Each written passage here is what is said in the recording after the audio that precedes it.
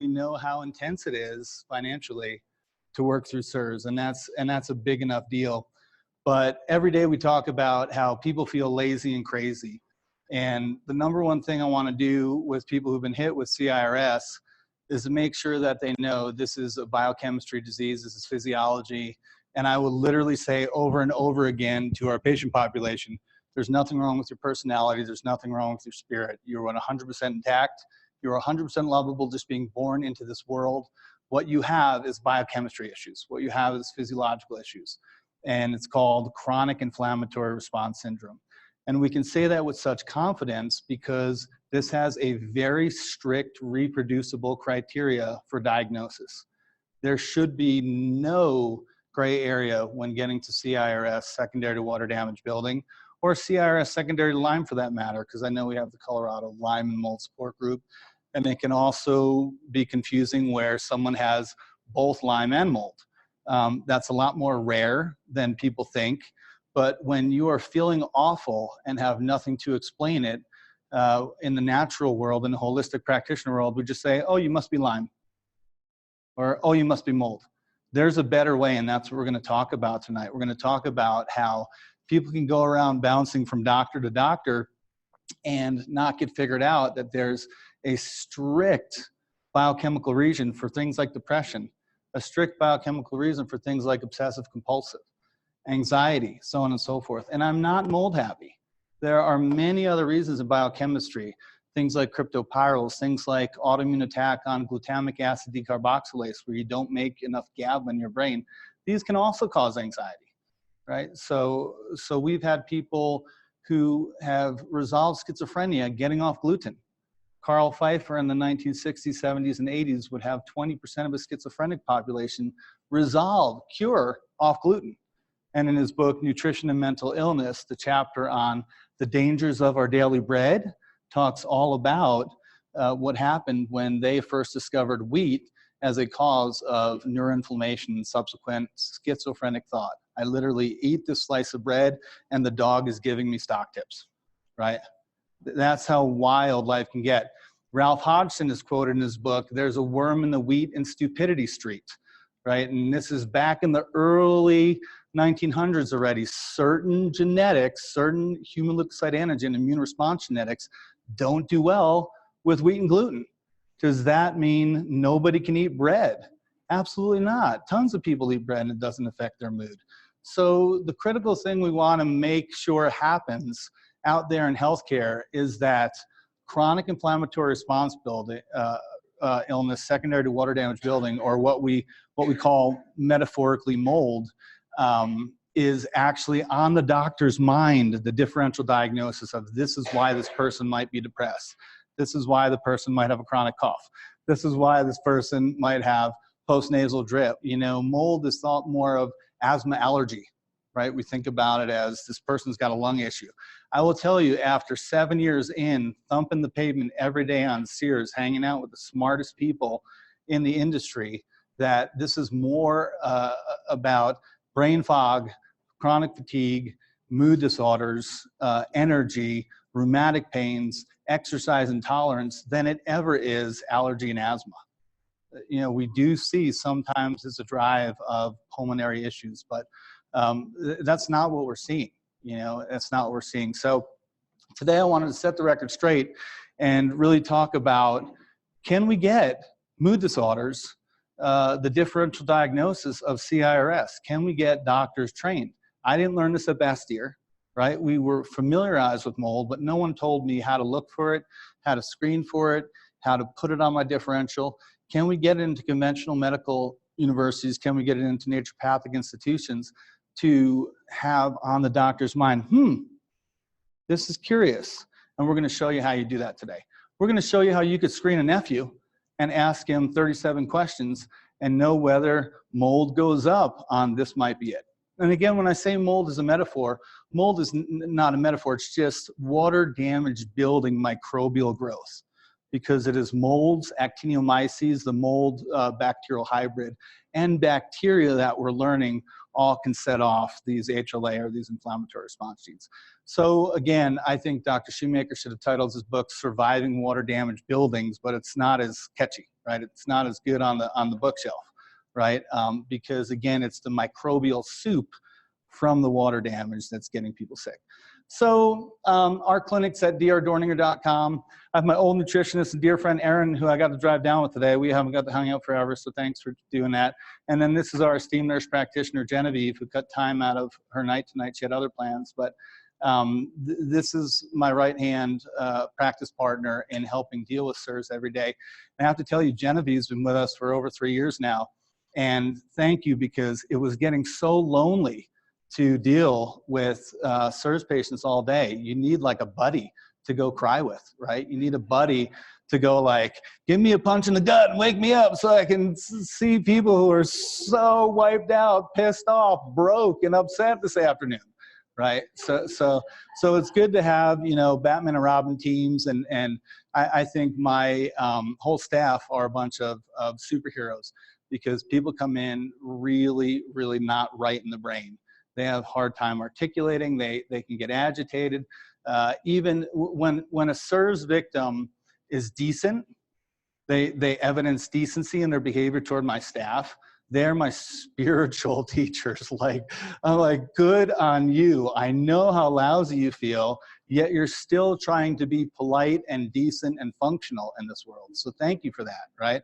So we're going to talk about how to get behind it and remind our patients this is a treatable illness. This is not terminal cancer, even though it feels like it, right?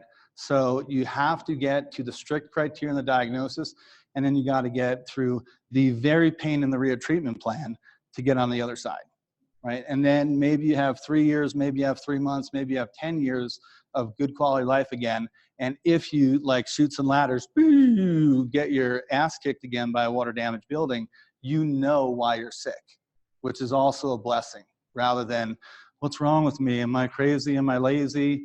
Right? Maybe there's something wrong with my husband. Why don't I want to make love anymore? I used to go crush CrossFit. I must just be getting old. I'm like, you're 37, right? I live in Boulder. The 80-year-old across the street bikes up Flagstaff every day, all summer long.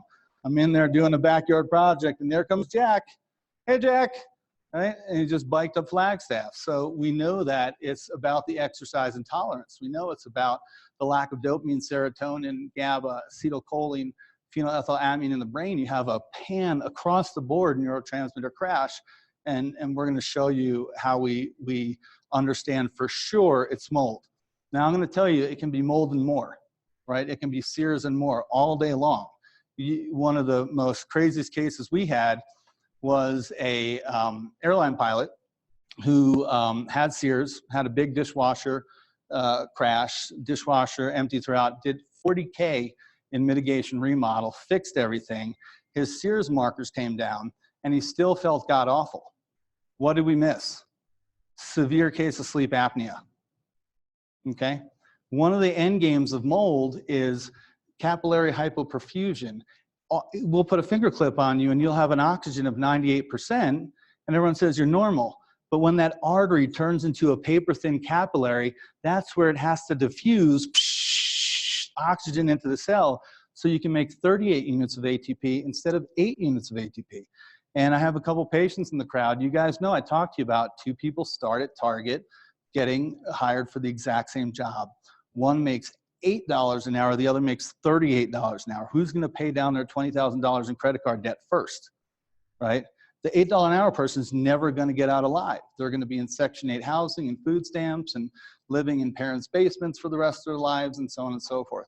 The $38 an hour person has a chance to make enough energy to get out, right? So that capillary hypoperfusion, that lack of oxygen at the cell, is why you get multi-system, multi-symptom illness like exercise intolerance. And, you know, our heroic athlete, and we know he had some tricks up his sleeve, Lance Armstrong, reverse engineered this. And he took a doping agent called what? EPO, or Procrit, right? And we know that Procrit does the exact opposite. It increases vascular endothelial growth factor, or VEGF, and hyperoxygenates the muscle cell.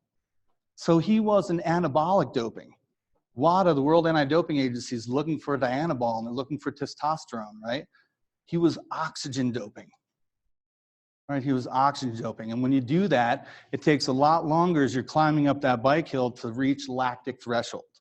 You don't build up lactic acid and go, I can't go another mile, right? You just go, hey, the Tour de France should be 7 months, right? You just keep going and going and going. So we're going to talk a little bit about how we get these diagnosis accurate and find out, is your mood issues truly from CIRS? And if it's not, Jen and I run a clinic of mystery illness, right? So it's not always mold. We're not mold happy. It is or it isn't. And there's a strict criteria for understanding that we're going to discuss tonight. So this one blows my mind, right? This says dampness and mold in the home and depression. An examination of mold-related illness and perceived control of one's home as possible depression pathways. What this tells us is dampness and mold were associated with depression, independent of individual and housing characteristics. So what they're saying is, if you're an upbeat person, optimist, you're getting depressed off a moldy building if you have CIRS genetics and you wake up the chronic inflammatory response. If you've been kind of Eeyore and more shy, maybe a bit more of a wallflower person, you're getting depressed too, right? So there's no racism in CIRS. Okay, so that's what we're saying here is depression can happen in the mold, in a moldy home, regardless of how many hugs mommy gives you. Right, and that's what we'll see, which breaks my heart. A lot of times we have these people who've dedicated their lives as parents to their kids, and their kids endorphin seeking and becomes a heroin addict. And it was because their endorphins crashed from a moldy building. Right, so now they're just trying to self-correct. They want to feel good for 2 minutes. Right, so when you see chronic alcoholism, when you see chronic, when they hit the THC, CBD vape binky all day long, right? And you're like, dude, I get it. You're trying to make 2 endorphins in your brain, right? So instead of judging people, we have to back up and say, what is that person trying to do, right? I saw a bulimic today, and I said, bulimia is one of the most brilliant concepts I've ever heard. Mom and dad are fighting. Timmy just told me I'm ugly on Facebook, right? And I'm in fight and flight. So I stick my finger down my throat and I tickle the back of my throat and I vomit. That massively stimulates the vagal bundle in my brainstem and puts me back into relaxed parasympathetic. If no one's ever had a bulimia habit, just imagine how you felt when you had a really bad stomach flu and you vomit to the point of your eyes tearing. And how do you feel after you puke? Oh, better. Right? Or maybe you imbibed in too much alcohol, right? You know, I went to CU Boulder in 91 and 97. I never did that, right? And people say, man, I think I went overboard. My stomach's sick. I'm going to vomit. Well, part of the thing they're doing is getting rid of the alcohol, but more what they're doing is they're getting a parasympathetic reset. So our patients are always trying to tell us something with their self-medicating behaviors. Right? There's always a story there, and we got to dig deep and drill down in the chemistry. Pain now or pain later? Ooh, brain on fire! So cognitive impairment associated with toxigenic fungal exposure, a replication and extension of previous findings. So what this study did is said, is this mold stuff really real? Is it really real? Is it really real? Right? And I want to also add, none of these were done by Dr. Richie Shoemaker. Right? These are other researchers that are coming up with the same exact experience. Cognitive impairment associated with toxigenic fungal exposure, replication and extension of previous findings. Most participants were found to have reduced cognitive function in multiple domains, with memory and executive functions the most common. So executive function is where you assimilate. It's where you put together your thoughts. It's where you finish tasks, right? It's where you write 3 things on a sticky note and they actually get done in a post-CIRS era, right? So then we have here, results also indicated that symptoms report of the mold-exposed participants was not significantly different from that of matched groups of 65 persons with mild traumatic brain injury and 26 individuals with moderate TBI. All right, that's an intense statement. So they're saying if you've ever worked with TBI, it's no joke. The person was totally functional and now they're not functional, right? Aaron and I were talking on the way down about car accidents. And when I was first at Bastyr, and I did a lot of naturopathic manipulation and phys med and worked on torticollis and post MBA stuff, I'll never forget the first straight-laced, most honest guy. It was like I was treating Mr. Rogers, right? And Mr. Rogers comes in after a car accident, and he says, I feel pretty decent, though, after a car accident. And Mr. Rogers, 3 months later, was totally jacked up with memory and executive function as a TBI patient because he gets hit, the inflammation slowly but surely starts building in the brain, crashes hypothalamus function, and then 3 months later, this person is feeling in trouble. So again, I'm not saying people don't occasionally try and milk the system and get, you know, the strong arm to make them $1 million when they got rear-ended, but this is all based in chronic inflammation.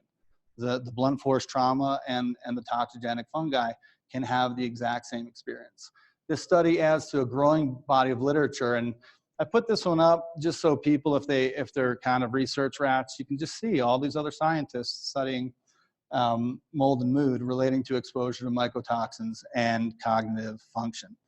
So this is probably my favorite but saddest, scariest slide of the night. This is cognitive function of a 6-year-old exposed to mold-contaminated homes in early postnatal period, prescriptive birth control, birth cohort study in Poland. So basically what they did is researchers went into Polish homes, and if they saw microbial growth, they called it a moldy home. That was their criteria to be moldy. So they went in and said, oh, fuzzy sweaters, that's a mold home. They went in the next home, no fuzzy sweaters, no fuzzy sweaters, no fuzzy sweaters, right? And they put those kids in 2 different groups, kids who were living in the moldy homes and kids who were living in the non-moldy homes. The kids in the moldy homes, by the time they were 6 years old, had a 10-point IQ drop. The kids who got out of the mold at 3 years old, had a 5-point IQ drop. So we saw the longer they're in the exposure, the more IQ points they're getting. This is very important for America, and here's why. The average Polish kid's IQ starts at 120. So they grow up in a mold home, they lose 10 points, they're down to 110. The average American kid's IQ is 100. Right? So if one of our kids lives in a moldy home, we're down to 90. Right?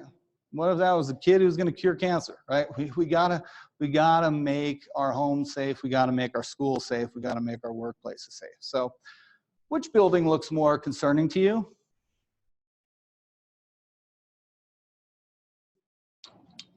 You guys have been through a lot in this room. I know you understand.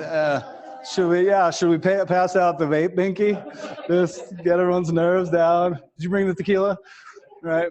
Just kind of keep it low. So I'm going to tell you, historically, they're both huge problems, but the one on the left is going to get attended to. This is a crisis, and ServPro and everybody else are going to drive tractor trailers in there and rip stuff out. And we know that things like wood 2x4 plates are going to sit on concrete and not get ripped out, and mold's going to grow under there, and stuff's going to get done half-assed left, right, and center. But we know it's going to get some attention. This one can sit here for 15, 20 years just making people sick, right? And when you first start doing mold, you think your patients are bloody crazy, right? I had a woman who would tell me, whenever I walk by the island in my kitchen, I just I feel a little depressed. And we had one of our inspectors go, we don't make any finances off the inspector or mitigation crews we refer out to. We just know they're trying to do the job right. And he removed the panel, and her sink here, supply line to her island, had a little leak. You know, so you gotta listen to your patients. Sometimes they leave the popcorn trail. When I first got into mold, I wanted to see, let's see how good this inspector is. And I'd do things like I'd hide a couch over my plant-stained wood floor, right? And he'd move the couch out of the way, right? That's a good inspector. Someone who's got the Sherlock Holmes gene and wants to find it, right? That's not what we want our patients to do. We want to give you to give the inspector every tip possible to tear your home a new one when they're doing their inspection, right? And of course, like, I got a great husband here in the room, but the fuddy-duddy husband's like, well, You know, he's just thinking dollars and cents, dollars and cents, dollars and cents, dollars and cents, right? And I have to say things like, if you ever want to make real love with your wife again, you're going to sit down and listen to what I have to say, right? This is why the DHE and testosterone have crashed. This is where things are going. We want to tell the inspector everything that happened, a fail, good, or whatever. Help them find the water damage experiences in your home, right? And God clearly wants me to do biotoxin. We've had 41 isolated water damage experiences in our home. Isolated, right? And the funniest now, as a dreaded gene who married a dreaded gene, made an older dreaded gene son and a double dreaded gene younger son, right? The funny ones now is when my wife was in the bathtub that I bought like a good Boulder hippie from Resource 2000, right? She stretched out her legs, cracked the tub, and 40 gallons of water fell to the first floor. Just imagine you're in the tub, right? And I was mold illiterate. So I go downstairs to the first floor and I see all this water coming out of the light, right? Because water, like Bruce Lee said, you must be like water. It takes the path of least resistance, right? Water just goes the easiest way. So I cut a 3x3 piece of sheetrock out and I put a little heater on top of a painter's ladder. And I was like, we're good, right? When we ripped that part of our house out, that 40 gallons of water was a sunburst that went about 16 feet this way, 6 feet this way, 8 feet this way, 10 feet this way, right? So water takes a path of least resistance. And when you're doing a proper mitigation, you're supposed to have 12 to 24 inches beyond the water damage. So it's like cutting out a cancer with clean borders, right? So this one, maybe, but we see, like, myself included, when I was mold illiterate, like, yeah, big deal, you know. So, and it's Boulder. We had the 2013 flood up there, right? But we also have a real estate market that has not stopped for 40 years. You really want me to fix this? I'll just wait for your lease to run out and then jack up the rent $300 and rent it out to the next CE students, right? So no one has to fix anything in hot real estate markets.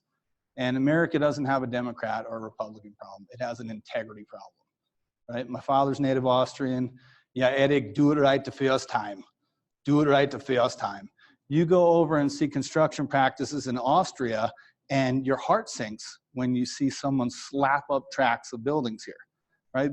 Buildings take years to build over there. Finally got enough money to build another bit of brick, steel, tile, and stone, right? And over here we build with paper, pulp, sheetrock, right, so on and so forth. So we had one patient who built her own new home, and she did a 4-point inspection on the home. So she hired an inspector to literally, at 4 different chapters of the home being constructed, make sure things were being done right, right? One extra hit on the binky and your roofer's sweating in your roof and they screw up the flashing, there goes a $500,000 home, right? So we really want to make sure that we're paying attention to both of these. All right, spores are everywhere, even in the desert. The infamous Stachybotrys black mold has its origins in nature, but will thrive in indoor wet environments. So you don't find Stachy a lot outside, but all these molds first came from nature. Where they get dangerous is inside limited airflow, water-soaked, trapped buildings, and that's how people get sick. Spore needs 2 essential ingredients to go into amplification. It needs food and it needs water. So spores are everywhere. And that's why we can't get all, whoa, mold, it's everywhere, right? We build with mold food, right? And people feel good in this building and we're psyched for that. And it feels pretty good to me, right? But if this gets water on it, now the mold can grow. It needs water to reproduce. If this had dry rot on it, it needs to get removed. Dry mold spores get a little wind over it and they actually will be more damaging than some of our wet spores because of laminar flow. Laminar flow is if you put wind over a spore, how quickly does it go into a dandelion, right? So water damage has got to get ripped out. So the 3 little piggies showed us the way. You guys remember that? Did you know that was a mold story when you read that, right? The first piggy actually wasn't lazy. He was a clever, well-studied hippie whose ethical environmental heart built the straw bale house, right? The second piggy thought straw bale house was too hipster and built with pulp and paper, right? That's your average American home. Water came, roof leak, supply line to the ice maker, 2000, take your tequila, whatever you need, as I read these, right? 2013 Boulder flood, ice dam backup, a swamp cooler got installed, et cetera, et cetera. And these piggies got sick, right? The third piggy slowed down his building practices and built with steel, brick, and stone. He also ventilated properly. He only got sick when his two brothers moved in with all their moldy belongings. Right? So it's amazing how these fables are trying to teach us quality and integrity, right? And we just build with paper. So fortunately, a relentless medical curious family doc named Richie Shoemaker helped those piggies out. So for those of you who don't know how the biotoxin pathway was first elucidated, Dr. Shoemaker was a mom and pop doc in Pocomoke, Maryland. He just wanted to like be a family doc. He loves wetlands and birds and really going hiking in the woods. He's quite the naturalist. And he was happy. And all of a sudden, all these fishermen start showing up in his office sick as hell. They got diarrhea, right? They got skin rashes. They can't remember their wives' names, right? They got joint pain, and their brains just don't work. And he said to them, I don't know what's going on here, but we're going to find out. And in the meantime, there's a great drug for arresting diarrhea. It's called cholestyramine. And he put them on cholestyramine or Welchol. And the fishermen came back and they said, my rash is gone. My diarrhea is gone. My memory's coming back. I feel normal again. Boom, light bulb. Thank God he paid attention, right? Seriously. So that's where the beginning of biotoxin started. Bio equals nature and toxin is toxin. It started with Pfiesteria in the Chesapeake Bay. And that's a fascinating story of how agribusiness, mostly chickens, that we use copper in to give them larger meat and also act as an antifungal in their feed. Had lots of feces right on the shore. We cut down all the barriers so people could have a nice view of the bay, right? All of nature's natural barriers got cut down for a nice home. And then there was very heavy rains one year, and all that stuff washed into the Chesapeake Bay. And little Pfiesteria that was totally dormant on the bottom of Chesapeake Bay got that copper, and it acted like a steroid. It went Arnold, and it grew little legs and was able to start attacking fish. Then humans consumed the fish, and those with the genetics got sick. So if you ever been to a clam bake and someone said, you got the bad clam, because you're over there having diarrhea in the corner, right? You didn't get the bad clam. Pfiesteria is not like, we're just going to infect this clam and leave these other 8 alone. You got the bad genes, right? So the reason that person got sick and the others didn't is because they have the HLA or the immune response genetics that get poked by the Pfiesteria toxin to trigger CIRS, chronic inflammatory response, right? So I thank God at least once a week for Dr. Richie Shoemaker. I have a dreaded gene. I married a dreaded gene. We made dreaded gene babies. Without his work, my now 10-year-old would still be jumping in the bed every night at 1 in the morning with rheumatic joint pain, headaches, and tummy pain. When my son was 4 years old, I thought we were going to Children's Hospital for a juvenile rheumatoid arthritis diagnosis. We cleaned up that gosh darn money pit of a house of ours, put him on cholestyramine, and literally in 2 weeks, joint pain was gone. So the kids that don't have all the BS layers that we have, trauma, and then I fell off a bike on the skate ramp, and then I also got concussed in high school football. The kids, when you see the young CIRS patients and you get them in clean building and cholestyramine, it's like that, right? So it's so cool that I was able to help my son through it, and to know that with Dr. Shoemaker at the helm, 10 years from now, 20 years from now, this just gets easier and smarter and quicker and easier and smarter and quicker. Okay, so for you guys who have children and offspring, I have CIRS patients who come to me and say, should I have a kid? I say, of course you should. We're only going to get better at this, right? And I'm bummed that you guys and myself were on the back end of that, right? But it's going to get better for this room, and it's going to get better for the next generation. The awareness is going to go up, and so on and so forth. And I have to say, he can be a little gruff. He'll tell it like it is, but no one's smarter in the room than Dr. Shoemaker. I promise you. And without him, we wouldn't be getting people better at our clinic. So simply put, he unraveled and elucidated and refined the biotoxin pathway. Biotoxin is an umbrella term for toxins from nature. Man-made chemicals are not biotoxins. Not all nature toxins trigger biotoxin illnesses. Biotoxins are extremely small ionophores, and what ionophore means is molecules capable of moving from cell to cell without the bloodstream. So these are very fat soluble. They can go right from one cell membrane into another cell membrane without needing the blood to go around your body. There are 500 to 1,500 Daltons. This is what qualifies Pfiesteria, your seafood toxins, your cyanobacteria, your algae blooms, your Lyme tick toxin, your water damage building mycotoxins, and your brown recluse spider bite venom as biotoxins. They're toxins from nature, and they're this size that can trigger chronic inflammatory responses. Examples of non-ionophore biotoxins, botulinum and tetanus toxoid. Those are natural too, but they don't cause CIRS. They're too large. Okay? All right, so, whoa! I know some of you have seen this, right? Like, here's 20 years of 100 hours a week of your life as you try and raise a family, as a family doc in Pocomoke, Maryland looks like, right? This is relentless determination, and we're going to go into what's actually happening here on another slide.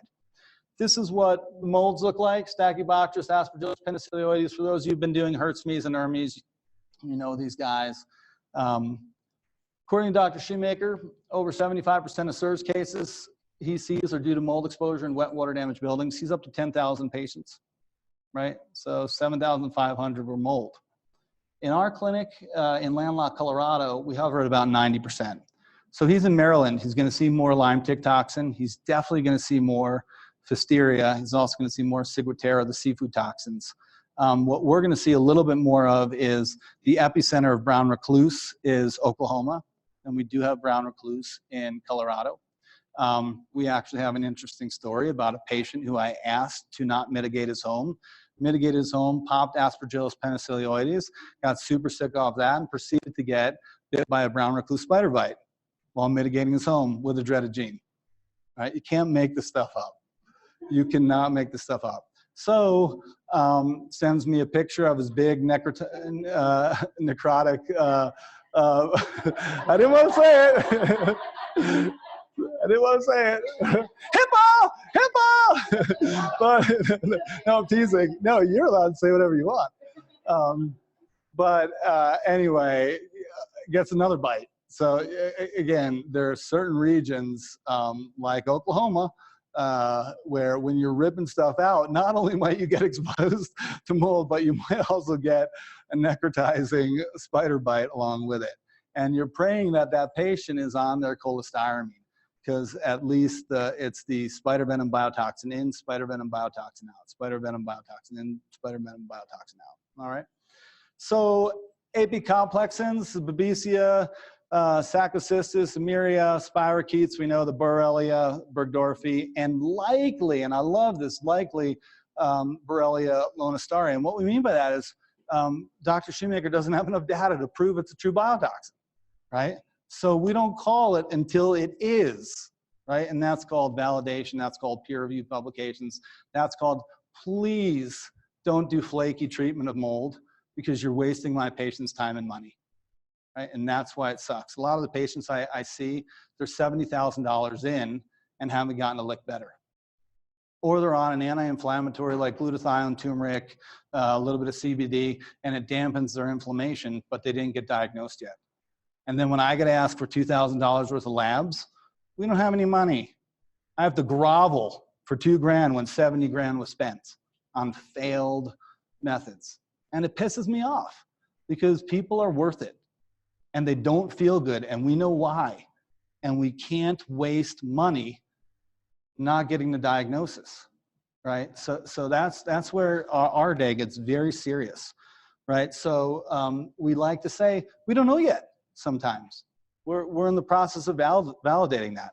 The seafood toxins we see a little bit less of, but Dr. Shoemaker, we were on a call with him a couple months ago, and he did such a better history than we do on global travel and understanding where these biotoxins are. Ciguatera is really big in Caribbean. I heard a story on NPR a couple years ago about Chilean sea bass had a ciguatera outbreak. Guess who knows that? The Chileans. They're not eating the sea bass. Guess who's eating the sea bass during that time? Hey, cool, hip, affluent whitesters in Denver, right? Let's go and get our sea bass, right? So, and then we wonder, you know, wow, I had a little bit of diarrhea that day, and then 3 months later, you're depressed, right? And that's what we're trying to follow with some of the seafood toxins. You got to do a good history. Does that look like anyone you know? Now that you've outed your family member? Thank you. So that's a brown recluse spider. This is one of the Great Lakes. I think it's Erie. I can't remember when I did the slide, but it's one of the Great Lakes that's having an algal bloom. So again, a lot of people can swim in that, and it's not a problem. A multi-susceptible dreaded gene swims in that, and they can get really sick.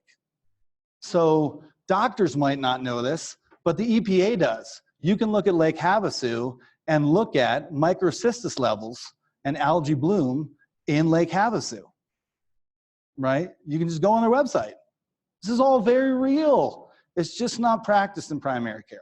It's also not taught in naturopathic medical school. I'm not here to be a medical racist, right? We suck too, badly, right? I tell that to myself in the mirror every day. You suck, keep on going, buddy. We'll get there, right? And as long as you're serious about that and you constantly are self-evaluating, is there a quicker way? Is there a cheaper way that doesn't cut corners to get this patient better? We're all about it, and we're going to be better in 5 years. So biotoxins are a common pathway of chronic inflammation due to overzealous innate immune responses, leading to dysregulation and collapse of downstream neuroendocrine immune mechanism. So what this means is you have the wrong genes, you get exposed to the toxin pokes the bear, your HLA, your immune response genetics, the bear machinery turns on and starts spitting out innate inflammatory molecules, not antibodies, not allergy, but innate markers. Those of you in the room are well educated, MMP9, complement 4A or C4A, complement 3A or C3A, TGF beta 1, these are our inflammatory cytokines. They then torch the leptin receptor in the brain, and you no longer release the almighty queen or the almighty king of your system, MSH. And MSH, we call estrogen and progesterone the princesses, and we call testosterone the prince. The king, the queen, is MSH. That oversees all brain, immune, endocrine relationship. And when that crashes, you go into multi-system, multi-symptom illness. On top of that, you got the capillary hypoperfusion or the low oxygenation of your cell. So you start making 8 ATP per glucose molecule burned instead of 38 ATP per glucose molecule burned. And now you can't even walk to the mailbox without getting sore. But you're doing CrossFit a year ago, right? So this is what we want to diagnose. It's very clean to get there. Aside from removing the patient from different exposures, leave, fix the building, stop eating the seafood, stop rolling around in Lyme ticks, stop mitigating your own home in the middle of Oklahoma and playing with brown recluse, right? The treatment steps are the same. So the insult, the exposure is different, but everyone needs cholestyramine, right? And everyone needs these inflammatory markers dampened, and everyone needs their hypothalamus jumper cabled and rebooted, right? So that's where biggest mistake I see in Lyme is patients get antibiotics without the Lyme toxin binder cholestyramine. They'll never get better, ever, ever, ever, ever, right? And charcoal doesn't work. Shoemaker tried it and documented it, right? Bentonite clay doesn't work, right? Keep naming them. What are the other binders you guys take that don't work? Yeah, modified citrus pectin. It is quaternary ammonium, a miracle drug that goes out your butt the same way it went in your mouth, but it bound up biotoxin-laden bile, right? And it doesn't mean that the drug can't be, pun intended, a pain in the ass. It can cause constipation and it can cause gastritis, right? So we have patients, Jen just got back from the Shoemaker conference. Shoemaker will crush a Welchol tablet, put it in a spray bottle, and start by just a couple sprays of Welchol, because some people start that sensitive. And then you go 4 sprays tomorrow, and 6 sprays, and 8 sprays. So we are willing to meet patients where they're at with whatever stuff they got going on. But what did Shoemaker find at higher rates in the biotoxin patients? Mild gastritis. MSH crashed. MSH helps protect gastric linings. So the weird thing is the drug that's going to cure the case also is being given to someone who comes in often with a fragile belly in the first place. That doesn't mean you don't need quaternary ammonium, right? You still need it, right? So fancy word, chronic inflammatory response syndrome, an acute and chronic systemic inflammatory response acquired following exposure to the indoor environment of water damaged building with resident toxigenic organisms included but not limited to fungi, bacteria, actinomyces, and mycobacteria, as well as inflammagens such as endotoxins, beta-glucans, hemolysis, proteinases, mannins, and possibly others, spirocyclic dramines, as well as volatile organic compounds. So you guys know, hey, good idea to not paint this wall with stinky paint, right? High VOC paint, volatile organic compounds, right? If you have a uncovered crawl space and it's damp there all the time, the mold in that dirt puts off MVOCs, microbial VOCs, okay? All these things are getting the patient sick. And that's why even a Hurts Me, even an Ermi Swiffer cloth is limited in a house. You know, it's of all the tools we got, if I only had one on a desert island, I'm bringing a Hurts Me Ermi Swiffer cloth. But it can get more complicated than that. All right, so what CIRS is not, it's not mold allergy, and it is not mold growing inside your body. If you have mold growing inside of your body, you are sick as hell. We're talking back Tom Hanks, Philadelphia, before we had good retroviral drugs for HIV, and HIV killed the CD4 cell, and you were severely AIDS, acquired immunodeficiency syndrome. You can also get AIDS from chemotherapy, right? Trying to kill the cancer before we kill you, right? So if you're in AIDS, that's where a fungus could actually grow in your body. And you get that on blood culture. We can have our phlebotomist pull blood cultures on you and see if fungus or mold or bacteria are actually growing in your body. And it doesn't happen. That's not CIRS. It happens in AIDS patients, and that's why they're in the hospital on IV antifungals, on IV antibiotics to stay alive. Right? So you read all kinds of stuff on the internet. I want to set the record straight there. That's not CIRS. It's not a terminal diagnosis. I do not get sicker quicker. I am a dreaded gene patient who goes and teaches other doctors all over the country in sometimes good buildings and great hotels, and other times wet dog buildings, right? And I'm not going to live in a cave, a dry cave, for the rest of my life and not live my life. That being said, I have to be empowered, not panicked, right? If we leave here chanting empowered, not panicked today, I'll be fired up, right? That's what we need our patients to be. We need them to be smart and think, but not as my 12-and-a-half-year-old say, triggered, right? My 12-and-a-half-year-old says, that's triggered me, right? And we can see that in the CIRS brain. And that's where things like Wim Hof breathing method and DNRS and yoga and meditation and prayer and all these other tools you have can really help dampen that. But we want you to be empowered, not panicked. So what I do, and I shared this, I did a video cast with Michael Schrantz, our favorite indoor environmental professional yesterday. So I told people my little routine. I'll go into a hotel, I bring my IQ Atom. That's the portable IQ air filter, and I plug it in, and then I put on my cool Boulder spandex, and I go for a run or a walk, or maybe I'll do a little sun salutation by the pool, right? Sorry to scar your brains with the visual there. And I just let the air turn over a little bit in my room. If I pray that my room has a window that opens, right? and just get some fresh air going in there.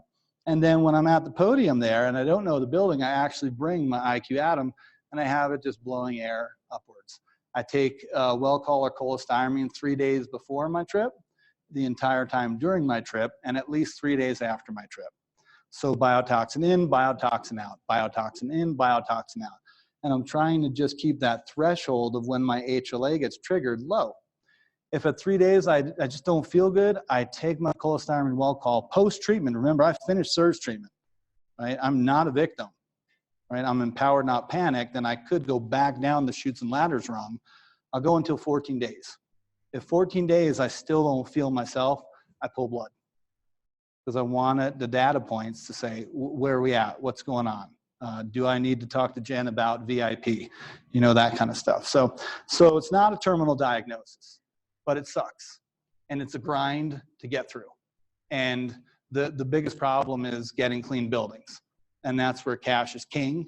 And people who are already socioeconomically challenged because they've had a CIRS brain and they haven't had a chance to get ahead financially in life, we pray for that donor. We want that uncle. We want Godmother Oprah to descend upon their home and pay for the mitigation, right? But you can get people into clean homes, good things happen.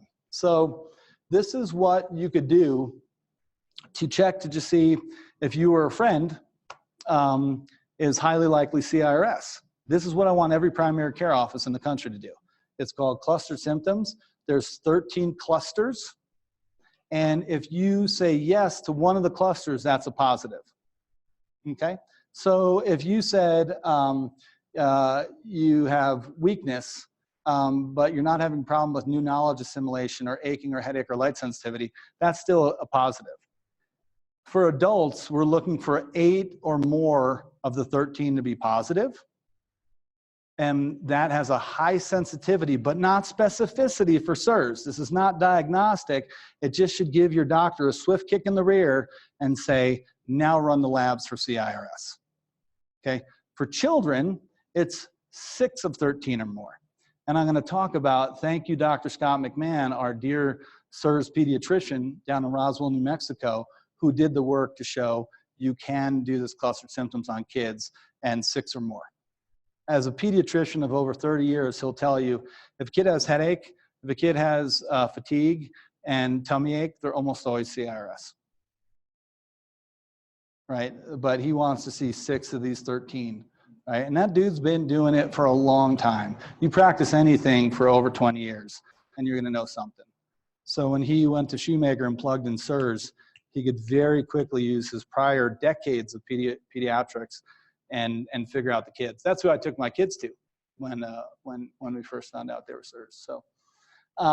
So up here, and that's why we feel comfortable treating kids, honestly, is because of taking care of my own kids and then our relationship with Dr. McMahon. He's taught us everything about kids and CIRS. So up here, we basically are looking, do you have the genes for CIRS? It's 24% of the American population. If you have the genes, and you get into exposure. When I'm doing my intake, I need to hear exposure, right? And you can't say, dude, you ever like live in a moldy building, right? No, you have to say things like, did the basement ever flood? Was there ever a refrigerator leak, right? You know, I'm going back into my CIRS. I remember we had poopy water backup in my fraternity house, and only me and one other kid were willing to put on the fishing waders and deal with the poop, right? And then what do? Slap some bleach on it, threw a party that night,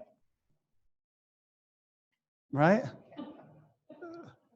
And people will forget that experience when you're doing your interview with them.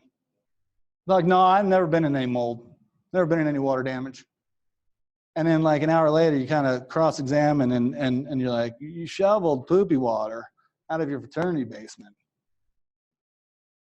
right? And then slap a little bleach on it, right? And people just sometimes forget. So you got to just really do a thorough history. We're not mold happy. We don't need this to be your problem, right? But people forget, oh yeah, this happened and that happened and this happened and that happened as you start going here. If they have the genes and they get exposed, you'll trigger chronic inflammation here. This is your increased cytokines, which damage the leptin receptor. Leptin is a wonderful hormone of satiation. When we eat healthy fats, as a child of the 80s, I always have to say, healthy fats make me skinny, healthy fats make me skinny, healthy fats make me skinny, healthy fats make me skinny, right? Because we got so fat phobic, right? And because of Nancy Reagan, I thought heroin and weed were the same thing. Just say no, right? And I was like, all right, I smoked a little weed and I didn't die, right? Well, cocaine can't be that bad, right? So we need to say, instead of just saying no, just educate. This is the biochemistry of weed. This is the biochemistry of cocaine. This is the biochemistry of heroin. This is the biochemistry of CIRS, right? So you eat healthy fats, and healthy fats tell the fat cell to release leptin. Leptin binds in the docking station leptin receptor and says, ah, put down the food. I'm satiated. So what did we do in the 80s? We took full-fat yogurt, and we made it what? No fat, low fat. And then you're sitting there drooling 6 Dan and Yo plays, and you're wondering like, why am I able to eat 9 of these? We pull out the fat, that triggers the fat cell to release the leptin to tell the brain, you're full, put down the food, right? What do we put in as a substitute for the fat? Sugar, right? Got a little diabetes problem on our hand, don't we? #1 liver disease in America right now is NASH, non-alcoholic steatic hepatitis. It's sugar liver. We're literally sugarifying our livers, right? So there's 2 types of CIRS patients. There's CIRS patients with weight gain and weight loss resistance, and then there's thin CIRS patients. And there's probably obesogen genes that we don't understand yet that are going to explain this. But it's like the sun will rise tomorrow. They have everything else the same. One is working through weight loss resistance, and the other one doesn't have a weight problem. Okay? The ones who are working through weight loss resistance, the leptin can't bind in the leptin receptor, and then every calorie they take, even if they're doing autoimmune paleo, right? Even if they're doing our Revitalize, right? Aaron wrote an awesome gut reboot book. And we worked a lot on some of those ideas during our time together in clinic, and so many people would get better on that. If they don't get better on that, if they do Aaron's book, the Gut Revitalize program, and they gain a pound, I'm thinking CIRS. Because if they have weight to lose, they should lose 3 to 5 pounds in 2 weeks doing that. You're pulling out all the inflammatory foods. And if that's not happening, you have to think, is something causing leptin resistance? Okay, so now every calorie they eat gets shuttled to fat. All right? So this inflammation damages the hypothalamus, your motherboard, your command center control, and you are not releasing the almighty mothership hormone, MSH, right? The melanocyte stimulating hormone. All these downstream things happen. You start to lose circadian rhythms and you don't get restorative sleep. Even if you sleep 12 hours and put in the time, you still got the crime. You're waking up exhausted, right? Chronic pain, including emotional pain. You don't make endorphins. If I punch you in the arm and you're low dopamine, you're gonna go, ow, why'd you do that, you jerk? Right? If I punch you in the arm and you have dopamine, you're gonna go, that all you got? That all you got? Right? That's endorphins. They help us through emotional pain and they help us through physical pain. Dopamine, ambition and drive, feelings of self-worth, feelings of hopefulness, part of our libido, the ability to finish tasks. That's dopamine, right? Right? And again, we talked about some of this with some of the folks in the room. You write down 3 simple things on a sticky note and you're like, today it's gonna be different. I'm gonna get something done. And the end of the day comes and 2 of your 3 very low bar shamu the situation things are accomplished. So what does it do? It reinforces your feeling of worthlessness, right? And this is the CIRS cycle. And this is where we've got to throw the monkey wrench into the cogs of dysfunction and get this endorphin production up. So sometimes we'll use herbs and stuff to pad the Shoemaker protocol just to get people 2 nickels of dopamine, 2 nickels of serotonin to keep their life going. And these are moms, these are dads, they have 2-year-olds, they run businesses. You guys know the drill. It's like they can't crash right now. It's not a good time to crash. Gastrointestinal problems. MSH protects every tubal lining in your body. That's why Marcon's, the multiple antibiotic-resistant coagulase-negative staph that Shoemaker proved to be a cause of chronic fatigue syndrome, can take root in the CIRS patient's nasopharynx, is because MSH has crashed. Your border patrol is gone. That's why you get the GI problems. That's why if we cough swine flu on 100 people in a room and 50 of them have CIRS, the CIRS patients are going down first. They don't have any mucosal lining protection. Okay, your mucosal immunity is shot, your border patrol is gone. All right, you can get problems with, again, ACTH and cortisol. And if you don't know CIRS and you're running these labs, you'd be like, send them to the endocrinologist! Ah! You're just going to be so confused, right? Up here we talked about the Lance Armstrong hormone. This vascular endothelial growth factor crashes. You don't make energy anymore. You start building up lactic acid. You feel tired and sore all the time. And then you get reduced ADH. I'm amazed that no one's had to get up to pee yet. Good job, CIRS crew, right? So CIRS, shouldn't have said that. CIRS is, causes polyuria through crashing antidiuretic hormone. In conventional models, this is called diabetes insipidus. Has nothing to do with glucose. It has to do with crashed ADH. My anti-peeing hormone doesn't work, so I drink water. My cells don't hydrate, and I'm a human sieve.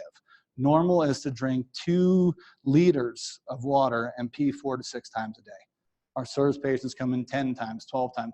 I had a gentleman today, he used the bathroom 6 times in 2 hours. I don't know if he's CIRS yet, but that makes some things go higher in my brain. Did I run CIRS biomarkers on him, on my blood draw? Heck yes, right? Highly likely. All right, so screening for it. You gotta ask questions. Like, who thought it was a good idea to cut a hole in your roof, put a swamp cooler on there, stick a hose to it, pull air through it where leaves and all these particulates are getting cut and no one maintains anything right, and then pump humid air into your home, right? Whose idea was that? You know, Mike Schrantz, we talked about that on our video cast yesterday, a lot of swamp coolers in Arizona too, right? I kicked myself for putting skylights in my house, right? We already had, that was one of our 41, and I just kind of go up, you know, I take the leaf blower, I blow off my roof, you know, empowered, not panicked. I do it to some good music. I got my headset on, make it be my little workout. But these are things that we got to watch. You got to maintain your home.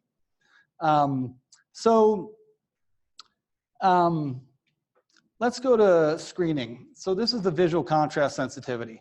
So Dr. Shoemaker saw a 92% fail on this. This is your eye's ability to see blurred lines, to see if blurred lines are going left, up, down, or to the right. This study was repeated by a primary care doc in New Hampshire, and she saw 50% of CIRS patients fail this. 5% of healthy controls fail this, okay? So this isn't the end all, it's just a screening. The big chunk of CIRS patients in our clinic pass the VCS. Now, what's interesting about this is very dynamic. We have Hertz me test our office at least once a year, and we're in safe levels. So we're wondering, should we be doing the VCS in their moldy building? Because what we've seen is you can actually fail more in the moldy building. Shoemaker also saw a lot of seafood toxin folks who are notorious for passing this, but it's just a screening. And you could have it in every primary care office. You could do your cluster symptoms, you could do a VCS screening, and if it's a fail, you're thinking more about CIRS. So which school did you get to work at? This is New Orleans school that got hit by Katrina. Basically, the gist of it is the employees at the severely water damaged school had significantly higher prevalence of symptoms than employees at the non-moldy school. These included rashes, nasal, lower respiratory, constitutional, and neurobehavioral symptoms, anxiety, depression, fatigue, OCD, right? So they had higher prevalence of work-related cough, wheezing, or whistling in the chest, chest tightness, unusual shortness of breath, sinus problems, or sore throat. Frequent sneezing, stuffy nose, runny nose, feverish sweats, aching all over, unusual tiredness or fatigue, headache, difficulty concentrating, confusion or disorientation, trouble remembering things, changes in sleep patterns, and rash, dermatitis or eczema on the face, neck, arms, than the other schools. So does this look like the clustered symptom list a little bit? Right? So it's kind of cool how you see the stuff lining up. So VCS has no ageism, but it does have confounders. So what we're saying there is as you age, it doesn't mean you should fail a VCS because your eyes are bad. But you must have 20/50 vision or better, or you don't do the VCS. So vision on a traditional eye test is important. VCS is adversely affected by aging and alcohol use. So don't do the VCS while you're rip shit drunk off half a bottle of tequila, all right?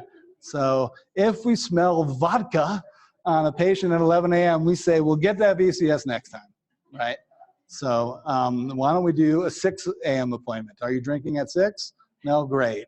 We'll do it then, right? So kind of Captain Obvious stuff there. But this is interesting. VCS is not just used by Shoemaker. He actually got this from another scientist who was studying seafood toxin. Contrast sensitivity in children with and without attention deficit. The kids with ADHD fail the VCS at statistically dramatically higher rates than the non-ADHD kids. The VCS and mood, contrast discrimination thresholds were significantly elevated in unmedicated and medicated patients with major depression. Depressed people, might it be that their depression is from chronic inflammation of their brain? Mary Ackerley at the 2016 Shoemaker Conference gave a great talk, Brain on Fire, and she's a psychiatrist who then became Shoemaker trained because she saw so many of her mood disorders were caused by water damaged buildings. Not everyone, right? You can concuss yourself to depression, right? So what she showed was every single known mood disorder known to man, and I've been saying this for decades, has elevated interleukin-6. That is a marker of inflammation. So depression is neuroinflammation. Anxiety is neuroinflammation. OCD is neuroinflammation. Schizophrenia is neuroinflammation. Bipolar is neuroinflammation. Now what we're paid for is to figure out what specific neuroinflammation, what are the drivers, what are the underlying causes. All right, so that's your cluster symptom list again. So we went over this, but we're just saying, Scott McMahon, a dear friend of mine and partner in crime at trying to figure out mystery illness and get people back on track, did the hard work to say, kids actually at 6 clusters or more, you got to think CIRS. Doesn't mean they have it, it means you need to screen for it and do a good intake. Has there been exposure? And then here are your biomarkers. Shoemaker wanted HLA, human leukocyte antigen, your immune response genes, to be part of the strict definition of CIRS. He couldn't do that because only 95% of CIRS patients are HLA positive. So 95 out of 100, 95,000 out of 100,000 CIRS patients are going to be genetically predisposed. So what we're saying here is 5% can get sick off a moldy building too through the CIRS pathway, even though they don't have the gene. And because of that, we can't make HLA the part of the criteria because 1 out of 20 patients doesn't have the genetic predisposition. The other 19 do, right? So I think I've treated 2 in 7 years of grinding it out that were not HLA predisposed out of the hundreds and hundreds of patients. So we're finding the same stats. Elevated complement 4A and C3A, National Jewish only. There's one place to do C4A, C3A right. If you have a C4A, C3A in your chart, that's from LabCorp, the doctor's not doing Shoemaker's work. So whether it's Shoemaker or another scientist, if I'm doing their work, I have to do exactly what the scientist did.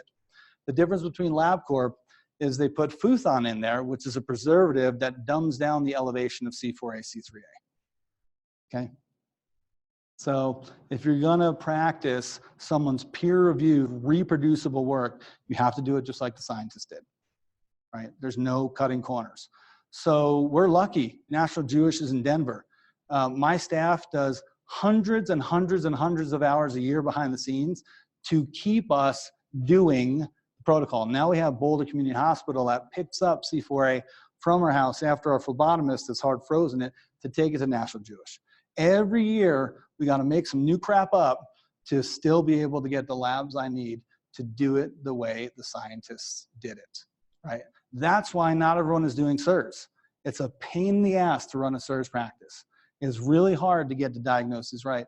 And this, for some of my colleagues in other parts of the country, they can't get C4A, C3A right now. It sucks. These are dear friends of mine who are trying to fight the good fight. Quest in California is now doing it again. And that's because Lori Rossi, an RN who's very good at supporting the CIRS community, worked with Quest California to get C4A, C3A run again. And that is the national Jewish version. Elevated MMP9. This is what MMP9 does to your blood-brain barrier. Pop, inflammation. Spill.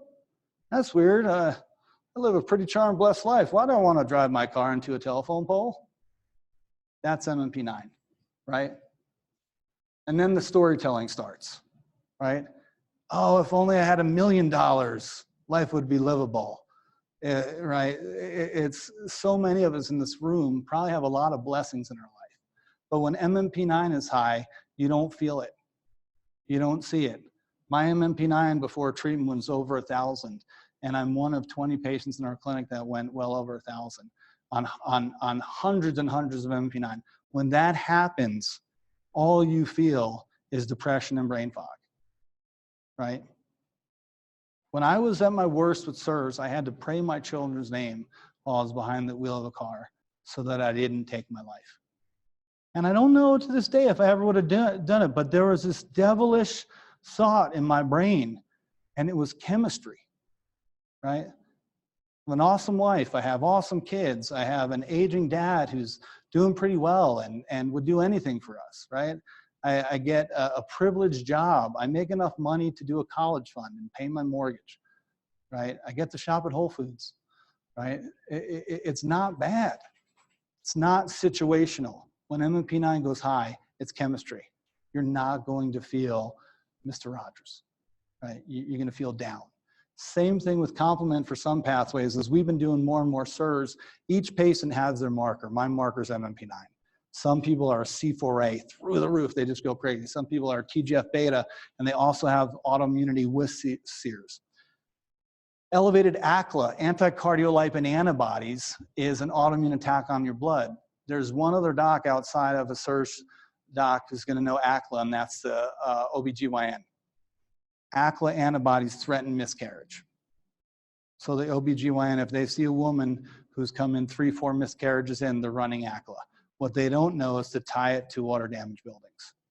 Okay, great story in Dr. Shoemaker's books about an Amish woman who had 13 pregnancies and 4 live births, 9 miscarriages.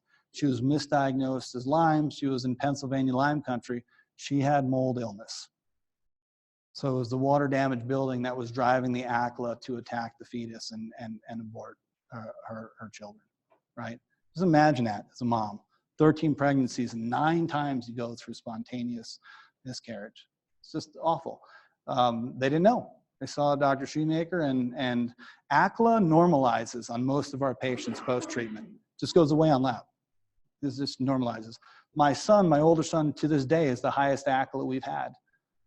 So men are ACLA positive too. Antigliadin antibodies, you got to be off gluten if you're CIRS. Elevated leptin, we talked about that. Low MSH, the master regulator. Marcons, multiple antibiotic coagulase negative staph. So 95% of our CIRS population has low MSH. If I have a true CIRS patient with an MSH over 35, I go, whoa, normal MSH person, whoa, I haven't seen one of you in months, right? 95% have crashed their command center control master neuroregulator. 80% of low MSH patients have Marcons. So again, the Border Patrol crashes first, then Marcons, which is everywhere. So there's got Marcons all over those people downstairs. There's Marcons up here. But if you coughing it on me or sneezing on me and I have intact MSH, or I'm on VIP, or I'm on EDTA silver or BEG spray, I have some protection against that. We want to reboot the hypothalamus so that you stop getting it. Low VEGF, that's where people get the hypoperfusion. They don't make energy right and they're sore all the time. ADH crashes and you lose regulation of hydration, and ACTH cortisol crashes. So these are strict criteria. I put these into 9 categories, even though it looks like, I think 11 or 12 here. And if you're 5 of 9 positive, there's a 1 in 7 billion chance we're wrong about your diagnosis. If you're 7 of 9 positive, there's a 1 in 10 billion chance per p-values that we're wrong about your diagnosis. So can we please stop futzing around with all these real-time labs and these urinary mycotoxins and all this other garbage that is not validated and proven, and get to an accurate diagnosis so our patients can get back to their freaking lives, right? So all we want for you guys is normalcy. Normal is so underrated, right? It's this normalcy. So 24% of Americans have the HLA. So of those 95% of people who get CIRS, who have the gene, that's 1/4 of America. So you do the math. And then the EPA estimates 50% of buildings are water damaged. Are there CIRS patients in the psychiatrist? Are there CIRS patients in the infertility doctor? Are there CIRS patients in the rheumatologist? Are there CIRS patients in the cardiologist? Are there CIRS patients in the neurologist's office whose underlying diagnosis is CIRS secondary to water damage building all day long? Now, Shoemaker curiously thinks about 25%, and Mary Ackerley would say the same about her psych population. About 1 out of every 4 is depressed from water damage building. So Jen and I aren't mold happy. We just know this needs to be on our thought process. So Lyme versus mold. So the NeuroQuant, quantification of neural volumes, and we've got about 5 minutes and we'll get to questions, so I appreciate you guys hanging in there. This is conducted from a traditional brain MRI, and I love traditional brain MRIs. I want to make sure it's not a tumor when someone has migraine pain for 9 years, right? I want to see if they have ischemic disease, right? But we run the MRI even more so to get the NeuroQuant. So you do a traditional brain MRI, and then they send that out to Cortex Labs in California. We get this whole thing for about $650 cash pay. Insurance will sometimes actually pick up the brain MRI. And what we get back is quantification of 11 regions of the brain. Tells you the volume of the brain, right? Who's this? You're out, everybody. Yeah, it's me. This is my mold brain, right? So this is me having, do I have Lyme or do I have mold? I have the diagnostic criteria for moldy brain, pre-treatment. Okay, and remember, if I ask my patient to do something, I've already done it. The only thing I'm not doing is rubbing estrogen cream on my body, right? But if it's getting into an MRI tube and getting my NeuroQuant, I did it. If I'm recommending a heart scan, I've done it, right? If I'm recommending you go through these labs, I've done it. If I'm asking you to do a gut reboot with Aaron's Revitalize, I've done it. I actually do that like 2 or 3 times a year because it's one of my resets where I go, ooh, holidays, a little rough.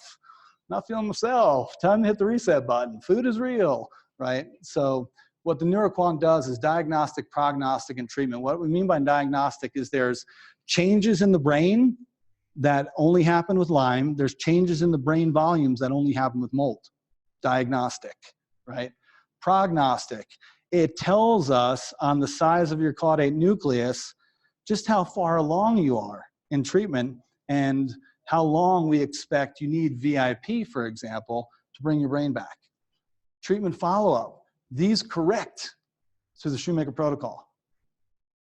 That's not the school I grew up with. I grew up with nerves destroy and they never come back. What Shoemaker has proven is that we can retroph, regrow, replump the brain, right? So it's pretty incredible. And Dale Bredesen, in his End of Alzheimer's, has inhalation Alzheimer's as one of his differential diagnoses. One of the ways you can get to dementia is CIRS, right? It's not the only way, right? You can sure as hell concuss your way to dementia, right? So this is the criteria when Jen and I are reading NeuroQuants. Now, for those of you who don't need to come and see us, but you want to get your NeuroQuant, my staff worked 80 hours, it's Kaylee, worked 80 hours to get NeuroQuants at Health Images all over Front Range. So now any doctor in Colorado can order a NeuroQuant. And this is how that conversation went. Eric, you need to start running NeuroQuants. Take you about 5 minutes to set it up with your local imaging center. Right? Dr. Shoemaker. 80 hours later, we can run neuroquants, right? And 3 patients who we had to redo their MRIs. So fun telling a patient we got to stick you back in the tube, right? So this is what we're doing to get the data, but the data will save the day, right? It will keep us on task and it'll keep us honest. So this is the criteria for moldy brain. And what I had during the time of that was I had an enlarged forebrain parenchyma. The front of my brain was swollen. I had enlarged cortical gray matter. The gray matter where you do all of your processing and fire dopamine and serotonin into your hypothalamus to cell signal was enlarged. And my caudate nucleus, this is a little part of the brain that does articulation and quick thing, putting stuff together, was shrunk. So I had 2 points, 2 points, and 2 points. I had a neuroquant of 6. 4 or higher on this criteria is mold. Down here, if you have an enlarged right thalamus and a shrunken putamen, at this point, that gets you to 3 points or more, it's Lyme. We have 3 patients, I think, maybe 4 now, that are Lyme and mold. We have a handful of just Lymes and a ton of molds. Okay, so this can really set the record straight. Dr. Shoemaker compared actual bullseye rash Lyme tick bite to the neuroquant, to Quest Western blot, to LabCorp Western blot, to IGeneX Western blot. And neuroquant was the most consistent, and C4A, C3A rising. C4A and C3A both go up with Lyme. Neuroquant was the most consistent with Lyme. Of all the crappy blood draws, IGeneX was riddled with the most false positives, right? Meaning saying you have Lyme and you didn't. LabCorp was riddled with false positives, and the cheapest of them all, Quest Western blot. That's why we do the Quest Western blot in our office, because it's the cheapest way to get a basic blood screening of Lyme, right? So you go on a blog and you say, and what you're gonna see is, oh, you didn't get the real Lyme test, the IGeneX, right? And this is where emotions, all the patient wants to be is diagnosed. They just want someone who knows what the F they're doing. And that's why they keep searching. And that's why they waste $400 to $700 on IGeneX. That's why they waste money on urinary mycotoxins, right? So while we're there, I can eat a blueberry, a moldy blueberry, and piss hot for urinary mycotoxins. We are talking about inhaled microbial growth, right? So I ordered the urinary mycotoxins once, and to this day, if I could think of the patient's name, because I did it while my brain was, had a shrunken caudate nucleus and forebrain swelling, I would like to refund that patient $700. I still feel bad about it. It was a waste of that patient's money, right? It wasn't validated, and I knew better. I got hooked on a one-day fad, and I'm grateful. I'm grateful that I didn't order hundreds of those. They're not diagnostic, and they get set off with mold food. Doesn't mean people can't have issues, Dave Osprey, with intaking moldy food orally. It's not CIRS. If you don't talk accurately about diagnosis, the patient never gets better, period. It's not a game of metaphors. It's not a game of feelings. It's a game of objective diagnostic criteria with an objective, reproducible, proven treatment plan that's going to get this through. Data will save the day. A little quote by Dr. Shoemaker, and this is where he shows getting out of the building and taking cholestyramine, the forebrain parenchyma and the cortical gray swelling normalize. But the caudate still stays shrunken. Taking VIP at 6 months started to resuscitate caudate volumes. 12 months, the caudate got bigger. 18 months of VIP, and you had the same size caudate as a non-CIRS patient.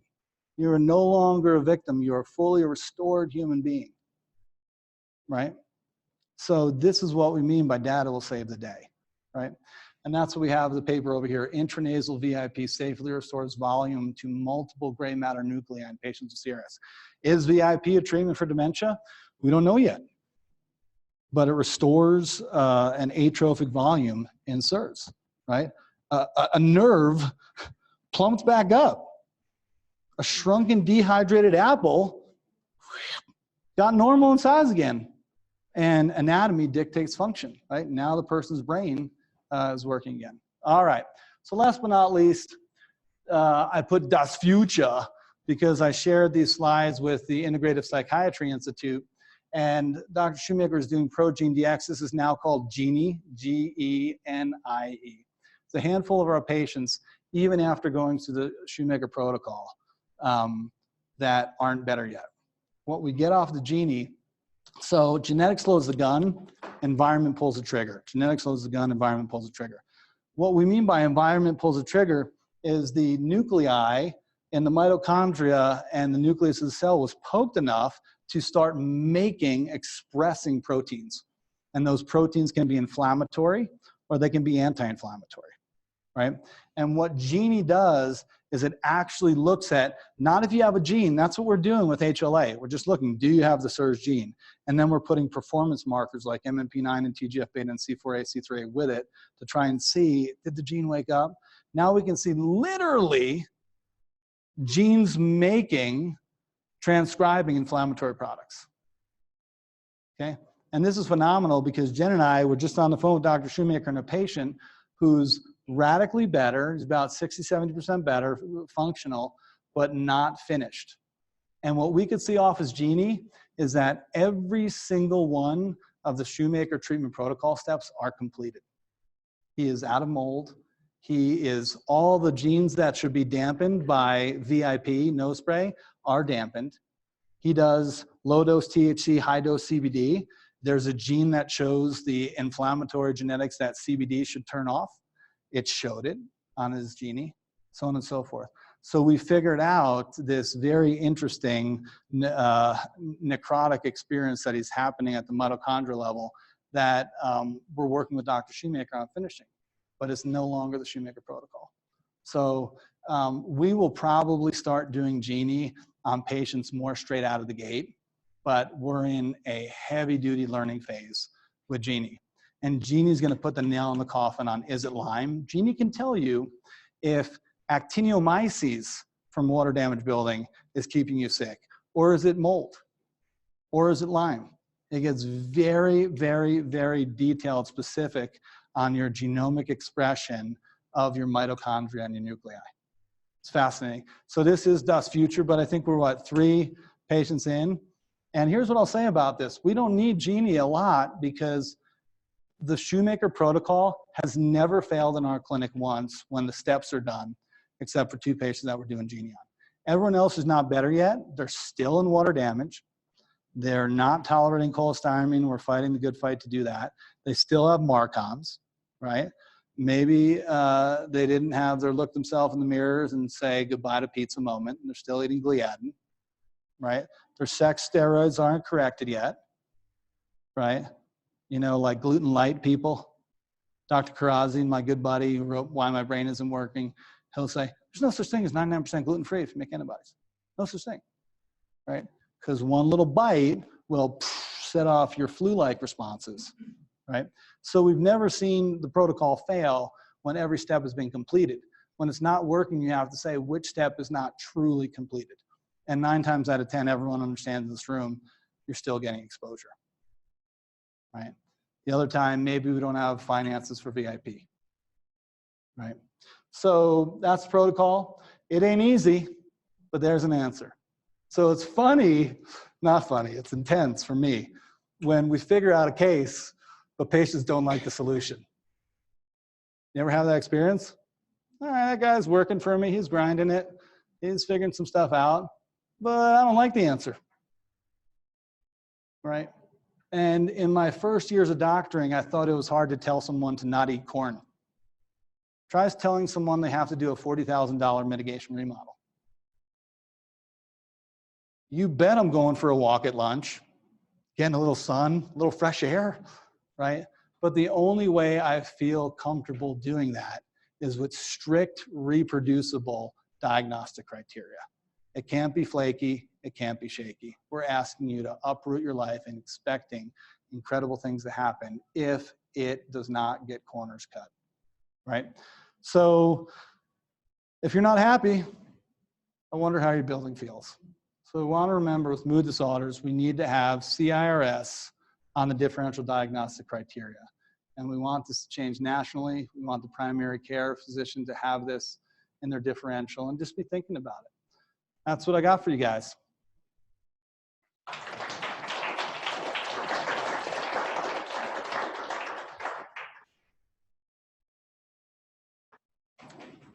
So I'm here for you. I already missed the Nuggies game. Anybody got any questions?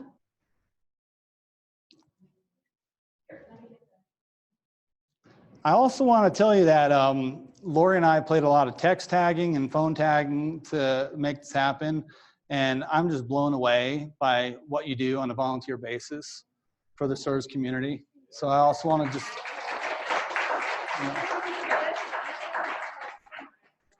yeah, we really appreciate you guys. It takes a village. Yeah, it takes a village.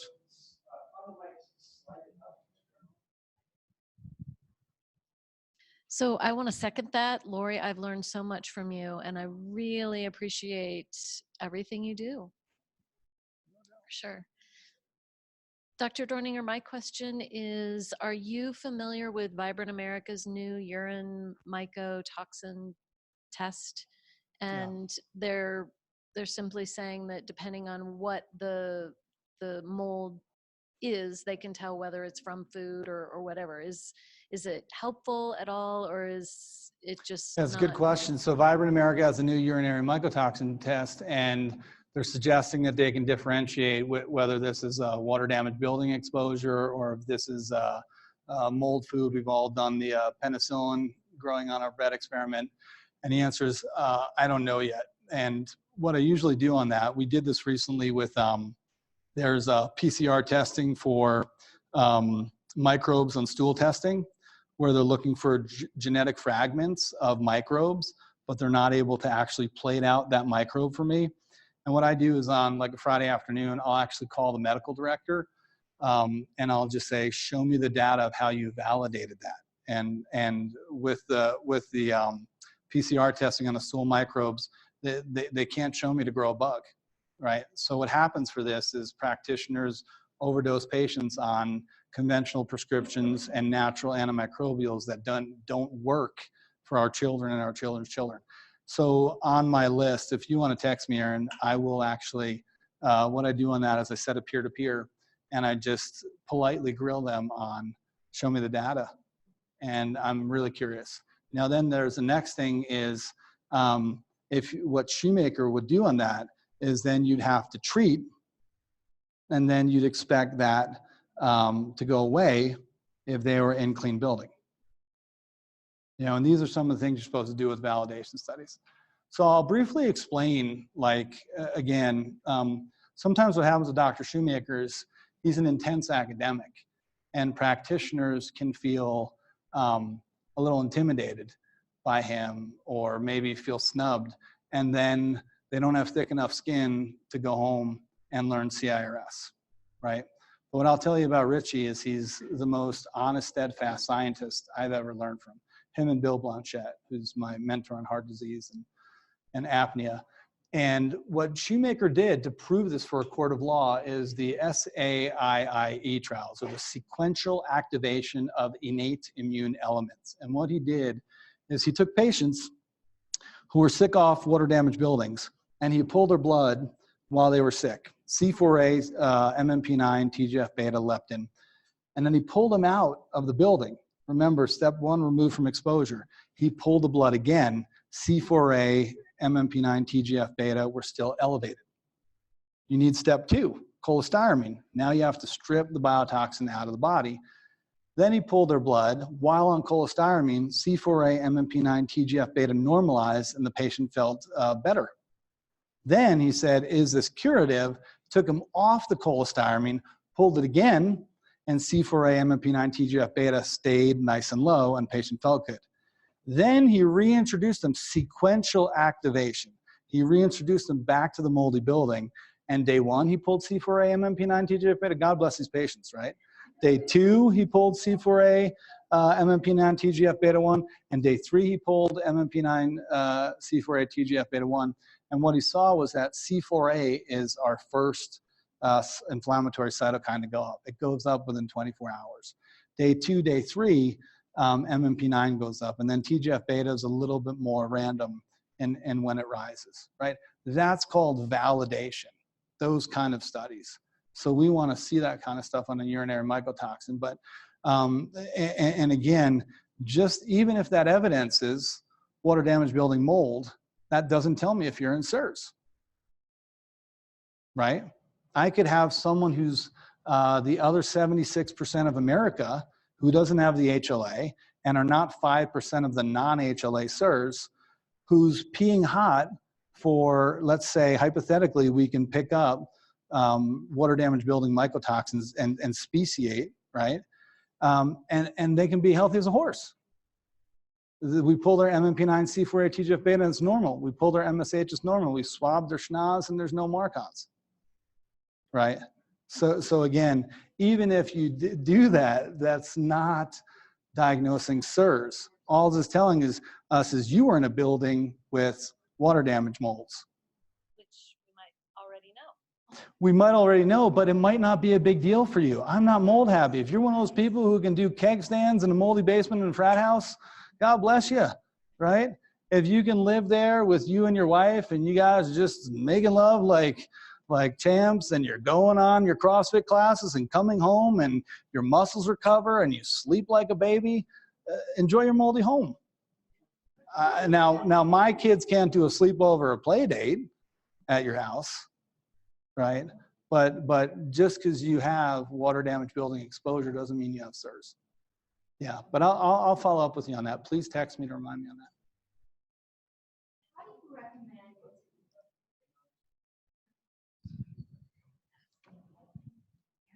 How do you recommend avoiding water damage in things like running to Target, going to the grocery store, going to the gas station? I mean, Yeah. Is it the expectation that we would choose one grocery store and we have done a Hertz me on it and it tests fine? Like, I guess, you know, I've heard there's no safe level of exposure, but I'm like, okay, I don't want to be panicked about this. I want to be empowered. And do I spend $1,000 Hertz meeting every building that I might ever spend an hour a week in? Yeah, so actually what we want you to do is totally uproot your life and go live off the grid about 100 miles east of here in a teepee. And no, in all sincerity, there's that gas station by Roots and Branches. It's like the stop and short stop or whatever. I'll fill gas there, but I'll never go in to get like a bottle of water or pay inside because it's totally moldy. I've never Hertz me it. You trust your sniffer. So Dr. McMahon, who practices in Roswell, New Mexico, for those of you who have been privileged enough to live in the Front Range like I have for 20 years now, there are still poor places in America. And Roswell, New Mexico is one of them. And I feel fortunate to have learned CIRS in a relatively affluent Front Range, where if people prioritize cash, they can usually pull it off, unless they pissed it away on charlatans, right? Now, in Roswell, I go down the street when I'm visiting Dr. McMahon. It's like, they need a new roof, they need a new roof, they need a new roof, they need a new roof, they need a new roof. A lot of people don't have the cash we're talking about. And spending a couple days there every couple years with Dr. McMahon is really good for me to just kind of figure out how he works in the most practical ways with this. And his line, again, is trust your sniffer, right? So if you go into a building, and this is where the empowered not panic thing is so important, because if you're panicked, you can get a norepinephrine, epinephrine depth charge that results in a cortisol spike that results in a hypoglycemic crash. Is it hypoglycemia or is it CIRS, right? They both feel lousy, right? So if you're feeling pretty empowered and you go in there and you say, looks pretty decent, my boys know to look up and look for water stains and that kind of stuff. But if you feel pretty decent in your supermarket, in your Target, then that's your target. And otherwise, if you're like, nope, third time in a row where I'm depressed for 3 days after shopping there. And again, keeping data on yourself in a loose way, in a light way, can help you through that. But that's all you got. I mean, you can't Hertz me the world, right? Now, we have patients over the years who have Hertz me buildings, like maybe a dance studio, maybe a yoga studio, maybe a University of Colorado building. And they'll say, my daughter's not feeling well, where does she dance? Blah, blah, blah. And I'll say, how does the building feel? There's some suggestion that that's not your dance studio. Right? Absolutely. So it's not associated with the group because of liability, but we do have someone that is keeping a list of buildings and ones that have been Hertzmead from when I started in 2014, and then people in different areas. So you can ask on the group, and then that person can email you the list. We don't list bad buildings on our group due to liability. I have friends that are admins all around the country, and if you say this business is moldy, then that can be a liability issue. Yeah. But yeah, there's a whole list, and then you can add to it, and just know that everyone's sensitivity is different, and some people are really sensitive and can't tolerate something, and buildings do go bad. So the Hurts Me that we did 2 years ago may not be relevant anymore. But yeah, hopefully that. And buildings get cleaned up too. And Yeah, that's true. and what I would add to that is, I think I have a little bit of a different experience than Lori, because again, we don't want to torch some small mom and pop business that's barely getting by already. And 95% of people do fine in that building, right? And then the patients that I see, their C4A is up. We have a documented clean building on their office, a documented clean building on their home, and their CrossFit box is where they're getting sick. But they're the only one that's not doing well there. We don't want to take our heightened sensitivity and project it on the whole world of crash businesses. But then there's other buildings that they just need to knock them down, right? And we know those too, right? But trust your sniffer, maybe hook up with that Hurts Me test, and again, empowered, not panicked. Like, I'll go into a hotel. I'm going to Burlingame tomorrow night, and I'm walking into the Westin on San Francisco Airport, and I'm just praying. When I walk in that building, I go, yes! Or I'm like, oh. And then I go up in my room, I set up my IQ out, I open the door, I call Genevieve, I say, can you give me 10 refills on well call? I go, right? And then if we're eating, I'm teaching for Apex this weekend. They always do the great Apex salad, and it's usually next to a place where you can eat outside. I'm for sure eating outside. As soon as I'm done, when I come home and I knew it was a bad building, all my stuff, please, no snooping, gets put on the back porch. Like, I'm getting in at 11 p.m. I strip down to my skivvies, right? I run over to the shower, I shower off, and then tomorrow I'll deal with my suitcase and running my laundry through the borax and all that stuff. And again, I have fun with it, man. I listen to a good podcast, or I just rebooted U2 at Slane Castle. If you haven't heard that concert, put that on your, nothing like polishing and HEPA vacuum and shit like the good music, So I don't want to like jump off my deck because I had to vacuum my suitcase again. It's weird when a guy's got to vacuum his suitcase every time he comes home, right? So I get my Miley Titan out, which I had to ask for my birthday because it's $600. Most guys are getting like a Harley. I got a Miley Titan, right? And I just vacuum that thing and do everything right. Takes me about an hour if I came home with moldy stuff from a hotel trip to get it all done, right? And literally my vinegar or my hydrogen peroxide or my 1 part alcohol, 10 parts water, I'm wiping my razor, I'm wiping my Dr. Bronner's mini, right? And the whole thing takes about an hour. Now, a lot of the hotels I go to, I'm like, sweet, this is awesome. I can just feel how clean the air is. So yeah, so you have to, like Lori's suggesting, use the data you have hands on. Try to not, make too many waves in the house, because it might be your sensitivity, not the world's sensitivity. But then again, if there's like a CrossFit box where you love the community and you just get torched every time, I hate to say it, but you have to go find another gym. So that airline pilot, he had to leave. He's a Catholic. He had to leave his church of 19 years. He came into me and he said, I think I'm starting to get this. He fed the homeless in the basement. Poor guy's totally steeped in this community, and there was water damage building tile after water damage building tile there.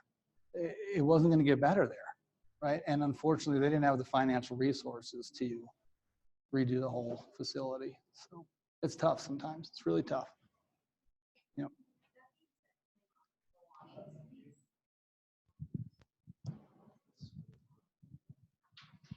That being said, coming off of the belongings piece and washing everything down, if you move from a water damaged building to a clean building, Mm-hmm. and you bring something that is contaminated, Mm-hmm. I'm a little bit confused when people say, I ruined my new clean house by bringing other things. Are they reacting to the other things, or is it actually ruining that house? Do you get what Yeah, I'm I saying? do. I do get what you're saying. Yeah. Thing, So if or I is have a that moldy house mattress and I bring, so this is really, so in surviving mold in the appendix, it'll say, do I need to clean everything? And Shoemaker is an honest scientist. Yes, everything, right? And there's ways to deal with things that are non-porous, things like stained desks and things like laptops, right? It's really these porous things like couches and mattresses that you're really never going to get clean, right? So when we did, now again, for those of you here and for those of you listening, like God wants me to do biotoxin, and we have the top 5 worst houses ever, me, of the hundreds of houses and buildings we've helped fix, we got top 5.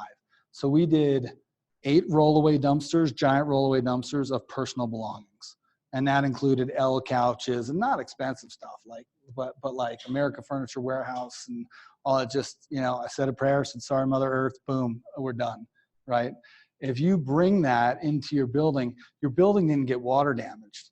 But if you have spores or cell wall fragments, the fragment of a cell wall is actually hundreds of times more stimulating to C4A than an actual mycotoxin.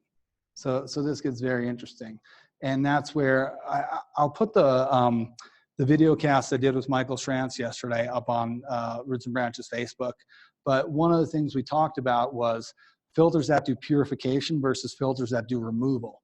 And what you're trying to do if you brought that couch in is to just literally HEPA vacuum every inch of it, once, twice, thrice, to suck anything out of there. The question is there stuff deeper that the HEPA vacuum didn't suck out of there? But you're not damaging the house. Really, how you would solve that house is a company like Ecotrek has learned Craig Weatherman's fine particle clean, where they literally come, hit it with a fog, a non-toxic fog, that all the fog does is it settles everything out of the air. And then their cleaning crew comes through, or you as a do-it-yourselfer comes and vacuums everything out. But I tell people, man, cholestyramine is not cheap, VIP is not cheap, our hourly is not cheap. We have a staff of 5 people. I drove down my 99 Civic. I'm not rolling in it doing CIRS at $300 an hour. And I understand that's a lot of money. So why do we want to bring a $1,200 mattress in to only make more visits with us, to only buy more cholestyramine, to only need more mitigation, to only have, how many YouTube concerts can you listen to while you're vacuuming stuff, right? It's like, so when in doubt, throw it out, right? And that's really, I really feel that way about porous materials. This kind of stuff, or anything that can fit into a wash machine. This tote bag has been through my wash machine 15 times, you know. How do you think I get those cool acid fade wash Steph Leopard jeans? Borax and multiple exposures. It's just got to go in the laundry, right? So if it can fit into the laundry machine, a cup of borax every single Dorninger load of the family, because the boys are here and they go into one more moldy classroom at school and their normal classroom's decent, and they go over to a friend's house that's not ideal or whatever. If we know something's been for sure in a contaminated building, then we use a full cup of borax in the wash machine. So.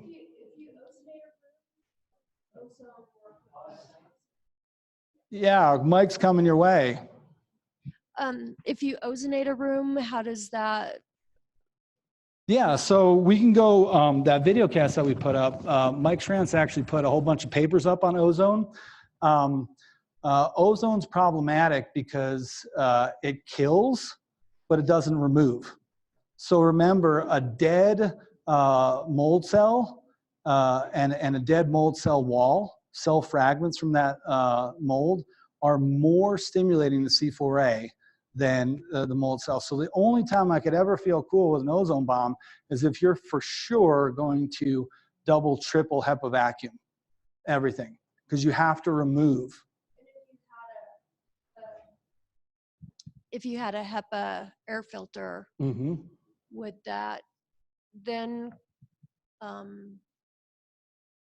cleanse the area? Yeah, so HEPA filters, right? So spores, the problem with most HEPA filters is they don't go low enough on microns. We got to go down. We're looking for a filter that can do 0.3 microns, right?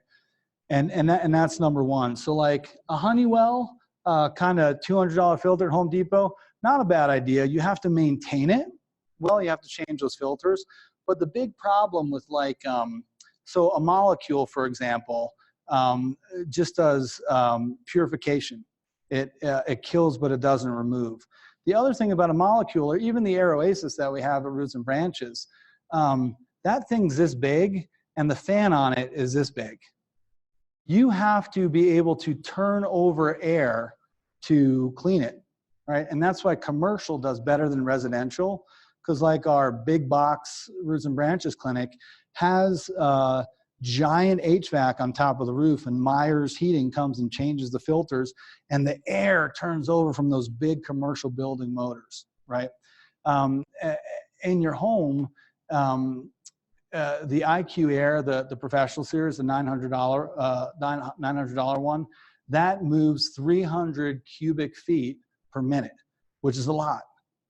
Your house HVAC is doing about 1,800 cubic feet a minute. So one of the problems with our home is we don't have an HVAC. It's heated with piped water, not on the floor, but we actually have like 1966 kind of whatever you call it, baseboard water heat. Baseboard water heat. So the big problem. So I, like a good hippie, put up these double pane mirror glass windows. The guy from City of Boulder came to our home and tested me to see if I was hippie enough to get my tax credit for energy efficiency. And he looks at me, he's like, "Don't button this home up 1 iota more." My house didn't breathe at all because we don't have an HVAC. So there's usually always a little window cracked in my house. And it's like, do I burn more coal, or do we make conditions conducive to growing mold? So with filtration, the most important thing, Genevieve and I just had this discussion too, is removal, right? So if you're just killing and not removing, you actually sometimes make cell fragments that are more stimulating to your innate immune system. Okay? Yeah.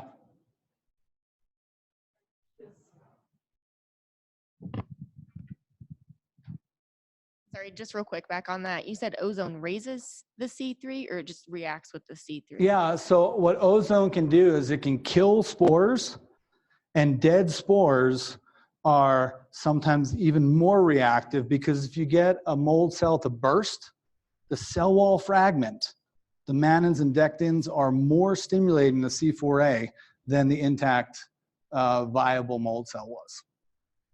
And that's why, again, I also, with a lot of our patients, chronic inflammation leads to immune confusion, leads to autoimmunity or loss of immune tolerance. So we haven't validated this yet, but what I see is people become more reactive to food, they become more reactive to chemicals. Now they're a multiple chemical sensitivity patient. By the way, I've never had an MCAS patient that wasn't CIRS, not once, right? It's the chronic inflammation that led to the immune confusion that led to now the immune system like, mercury, formaldehyde, someone putting carpets 3 blocks away, right? And I used to think this person's batshit crazy, right? And I said, but wait a second. You know, you went into this with a big heart and you said, no one wants to be sick. No one wants to be unproductive, right? No one wants to just sit there in the corner of the tribe and not participate, right? So I was more through Arista Vojdani and Datis Karazi and my buddies on loss of immune tolerance, where I really started seeing CIRS as a way to get the T regulatory cell confused so that we start attacking everything, right? And now you have, they can't eat any foods. They make antibodies to all foods. They make antibodies to self. They make antibodies to chemicals. The protein or the antigen of a chemical is called a hapten. And they do the same thing, they antibody tag it.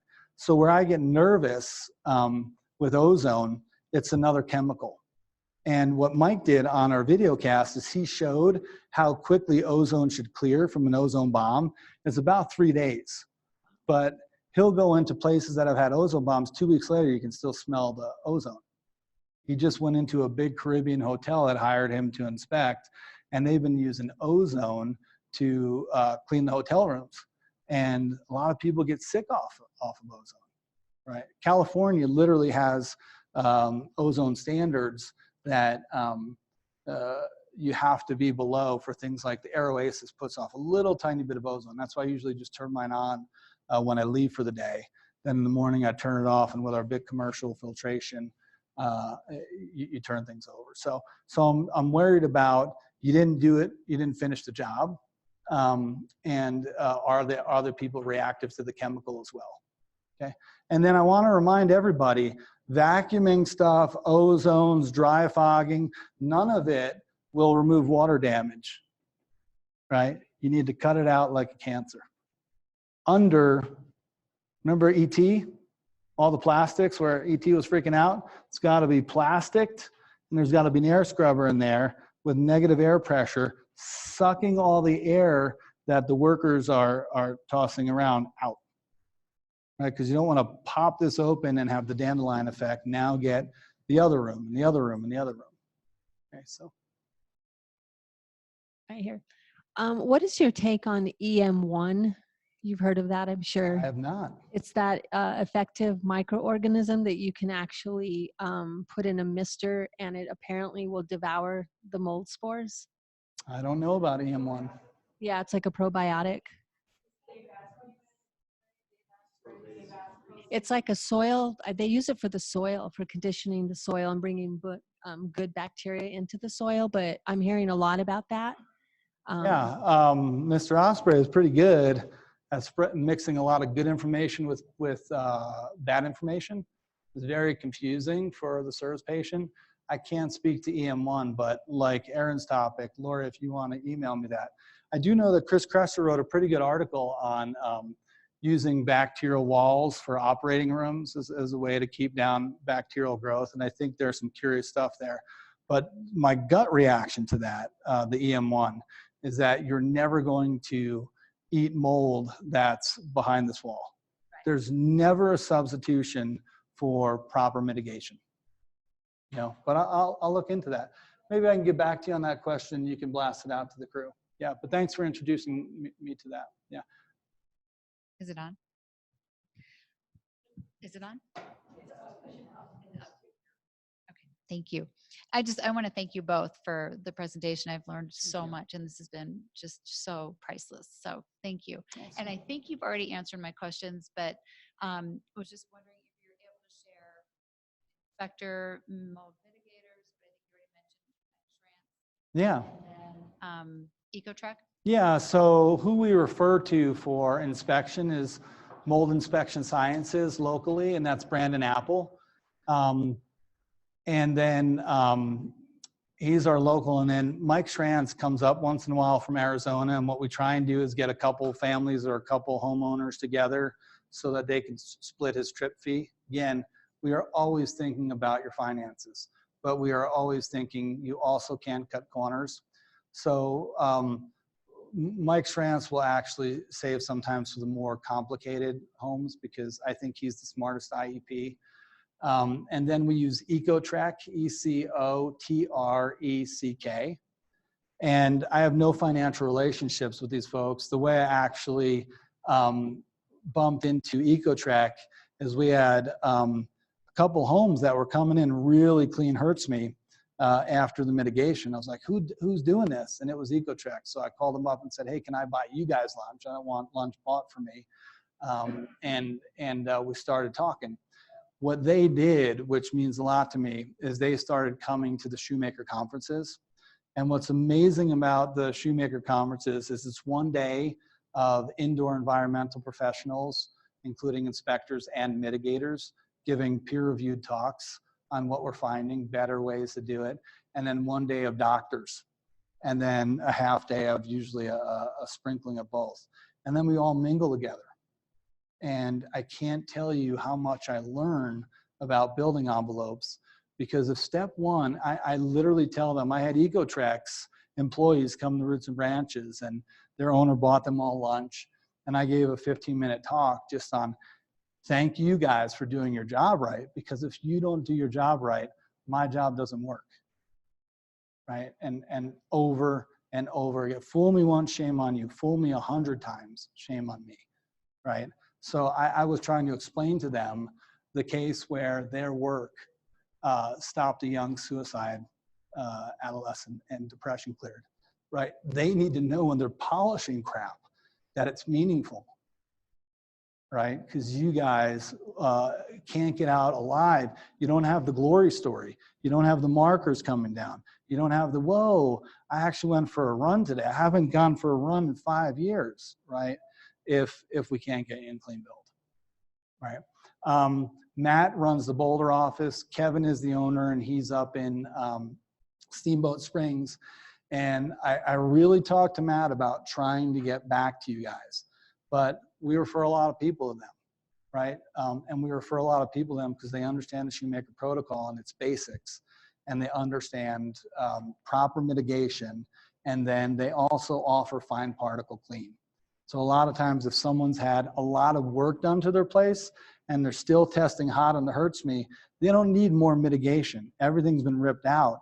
But in that rip out process, even in containment, you're gonna get a little bit of a dandelion effect, right? And the hurts me is a crime scene investigation of DNA.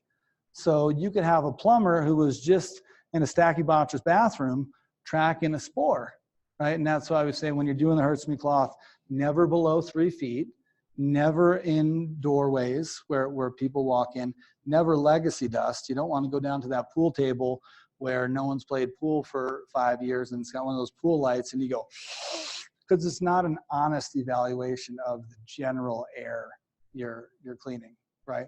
So, but some hurts me still come back hot post mitigation. And what we usually see is the final particle clean then takes care of that, if the job was done right.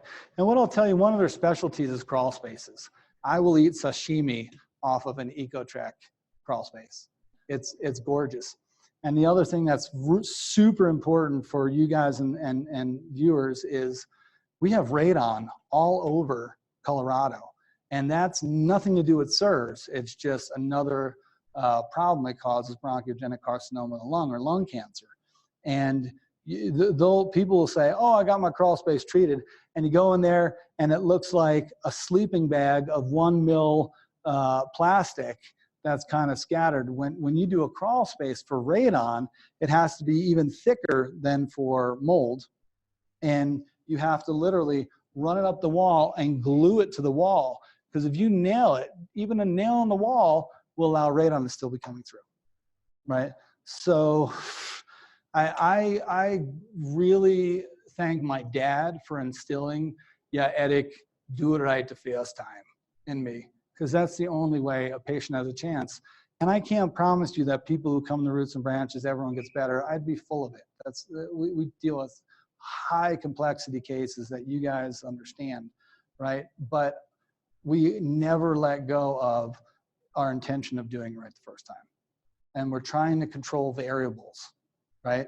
And if a crawl space was kind of sealed, that's not the same as it was sealed. And again, I don't get any royalties from those guys, but when Ecotrex did a crawl space, 99 of 100 times it was done right, and I can kind of put the nail in that coffin and move on to other sources, right? Yeah, yeah. The video cast that Mike Schranz and I did is 2 dudes bromancing over mitigation and doctoring. So it's got a lot of really good facts. My apologies if we're just like, you know, you got to process. The patient's getting beat up in this illness. The doctors are getting beat up. The mitigators are getting beat up. The inspectors get. It's a grind, but we're willing to embrace the grind, you know. And so is Ecotrex. Yeah. I have a question about VIP and the NeuroQuant. Have you seen people improve on VIP when they don't feel better, and I guess have their NeuroQuant improve? Because I've done a NeuroQuant follow-up after just cholestyramine and stuff, and it didn't get any better. And I've paid for VIP and not felt any better, so I didn't continue that. But I'd be curious, is it worth it for my brain to continue to do it even if I don't notice feeling better? Yeah, it's a very good question, and that's where data will save the day. When you ask like 3 questions there, so I'll break them out. If your cortical gray matter swelling and your forebrain parenchyma swelling didn't come down on cholestyramine, you're still getting exposed. That's it. You're still in exposure. So forebrain parenchyma and cortical gray matter normalize when you're in clean building and cholestyramine. Now, again, everyone's different. That could be some pain in the ass. I spent 5 minutes at my girlfriend's house once a week, and that's enough to keep things in play. And we hate those cases, right? We want you to be more building liberal. But that's what's probably happening there. If that's your story, that negates VIP being able to work. Does that make sense? So in theory, not in theory, in Shoemaker's work, for VIP to work, you have to be out of buildings. You have to run through cholestyramine to the point of neutralizing your CIRS markers, including MMP9 of around 300, and you can't have Marcons. And the reason is Marcons literally assassinates MSH. So you're trying to jumper cable your hypothalamus to make more MSH. It's coming out of the gate and getting its head cut off, right? This is not published yet. It's soon to be published, but behind the scenes in an inner circle of Shoemaker, we are documenting that Marcons is a biotoxin former as well. So we are going to see Marcons get added to the list, which explains why Genevieve has to keep people on cholestyramine while killing Marcons. Because the way I explain it to patients is, remember Monopoly, the little red houses and the green houses? It's like you have one of those little guys, little moldy home in your nasopharynx when you have Marcons.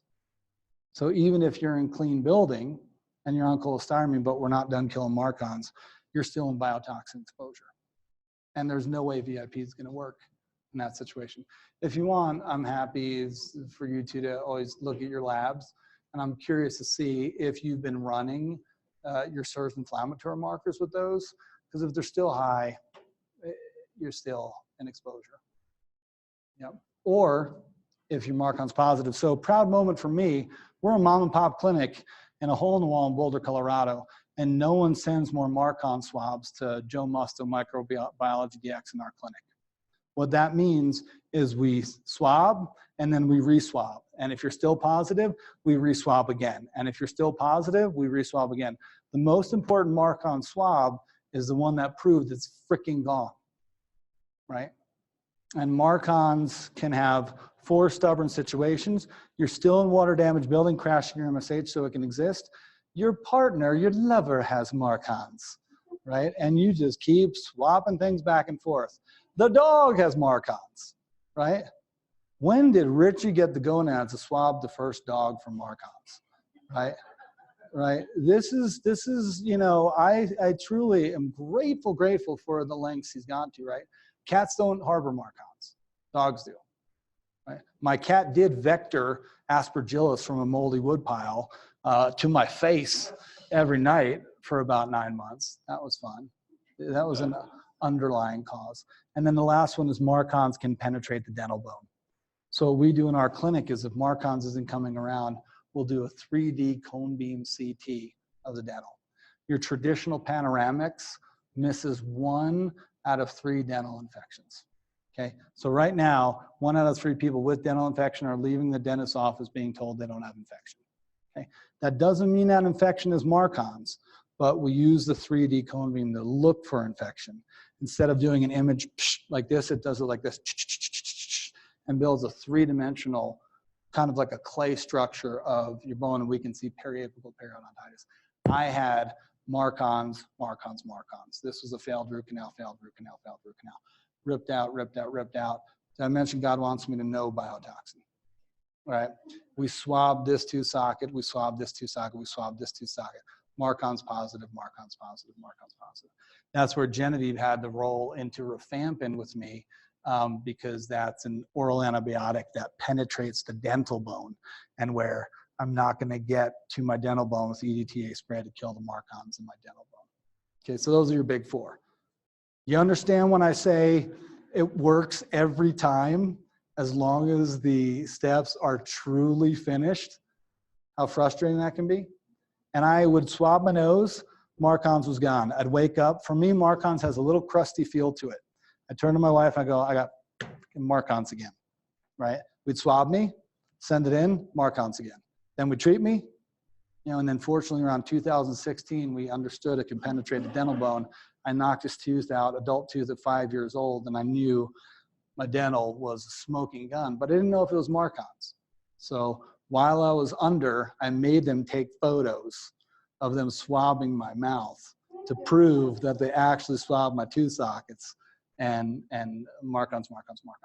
Now, let's talk about heroic holistic dentistry. I got preconditioned with ozone shots into my dental bone once a week for 3 weeks before those teeth got pulled out, and I still had Marcon's. Now, that doesn't mean maybe 3 shots a week for 12 weeks wouldn't do something different, but this is how we start data collecting, and then we try and do studies that say it works or it doesn't work. So there's a lot of tricks and sinister, cunning ways that patients don't finish the protocol. You know, and if they do, we have Jeannie.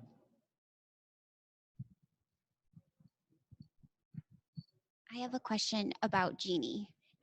Have there been any life-changing things that have taken place from Jeannie? From that Jeannie, patients have implemented? we have 3 patients in right now, and the last one for Jeannie, it's so heavy science. I'm even wrapping my head around it. It's like, if I need to fall asleep at night, I just start reading about Jeannie. It's so intense on the genetics, but it's fascinating.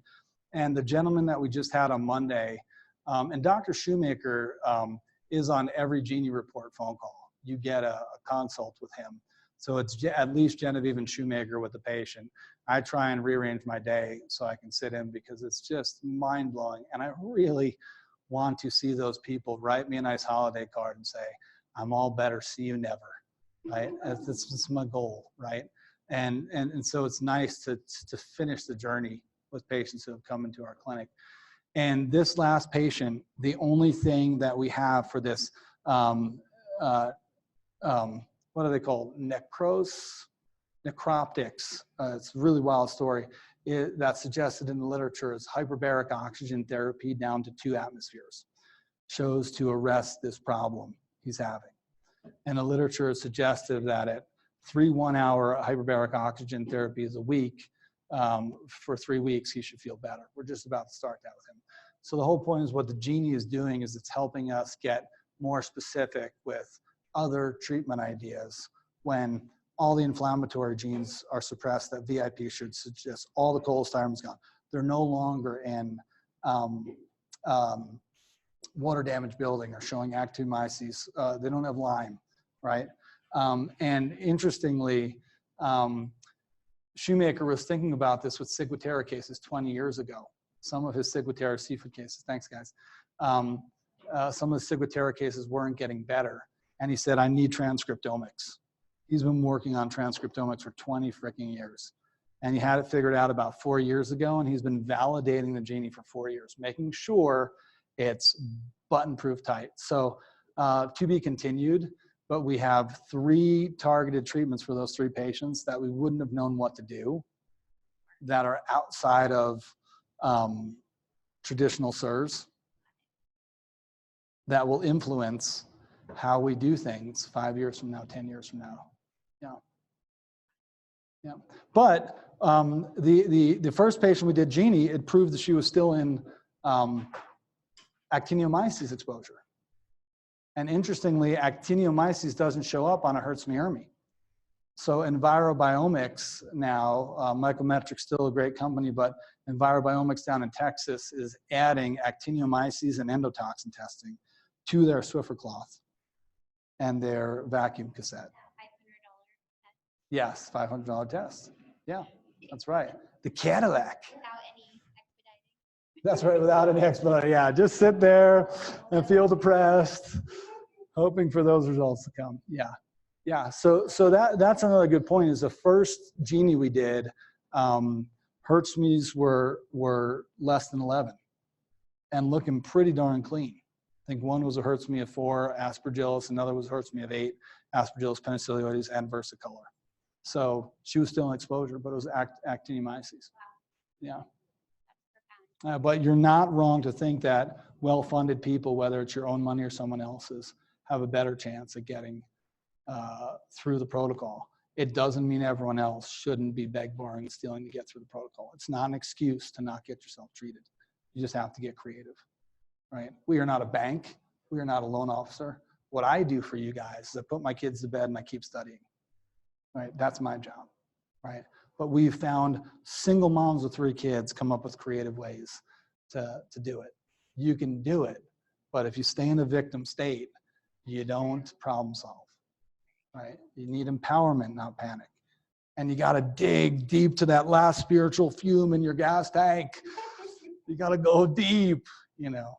So I do martial arts, and I love the metaphor of, like, you know, some of the old Muhammad Ali fights, you know, getting punched 300 times, but then, you know, the rumble in the jungle, boom, he still comes back. That's the metaphor of the CIRS patient. They need to fight for their lives. You need to freaking fight for it, and we're gonna fight with them. Yeah, You know? they'll definitely do. That with me. Yeah, but you're right. It sucks. You're like, oh, Envirobiomics, endotoxin, actinomyces, and a ERMI is $500. It sucks. Yeah. In the long run, that was worth it. In the long run, you'll be able to make money again. That's the problem. The CIRS patients can't figure out a place where they can get entrepreneurial or get a promotion ever again because you're not feeling functional.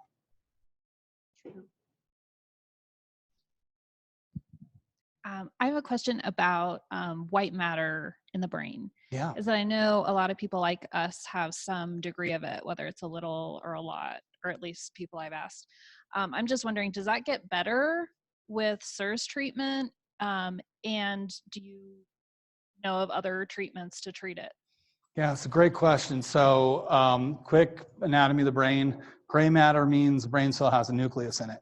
And that's where the cortex, if you cut a Twinkie in half, the yellow part is the cortex, right? It's the outer covering of your adrenal gland, or it's the outer covering of your brain.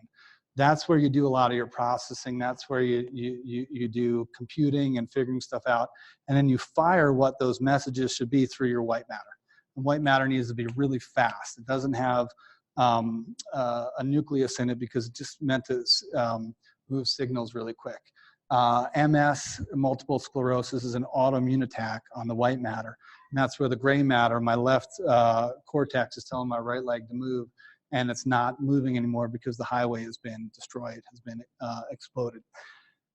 You ask a very fast, who asked that question? Where'd you go? So such a good question, because with the neuroquants, and we've run over 100 now, you get a traditional brain MRI.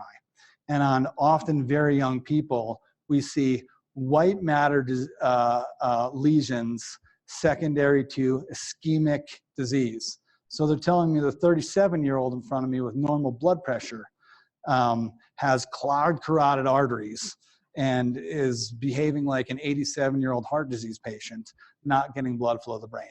But the freaking radiologist doesn't know what to say. So he says, this is ischemic white matter disease, right? And I have a lot of compassion for that.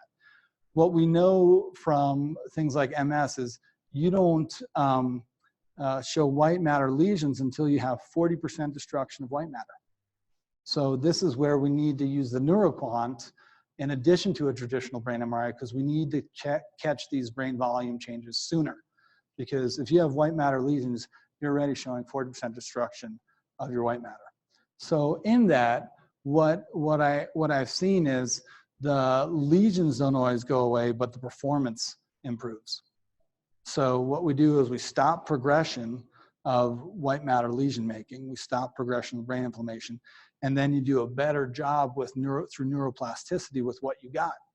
Because things like dumbing down your MMP9, your C4 and TGF-beta to normal levels again getting up your MSH, or I consider VIP to be an MSH analog.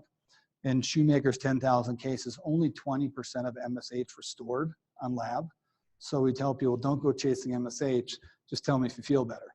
And 80% of our finished CIRS patients feel awesome, but their MSH didn't come back to 35 to 86, right? So I would say if someone has white matter lesions on the brain, even though this isn't Shoemaker, but because of what we saw in the caudate nucleus, they might be on some VIP for the rest of their life, you know, and that might be 2 sprays a day, you know, where that might be a person we're going to do a Genie on.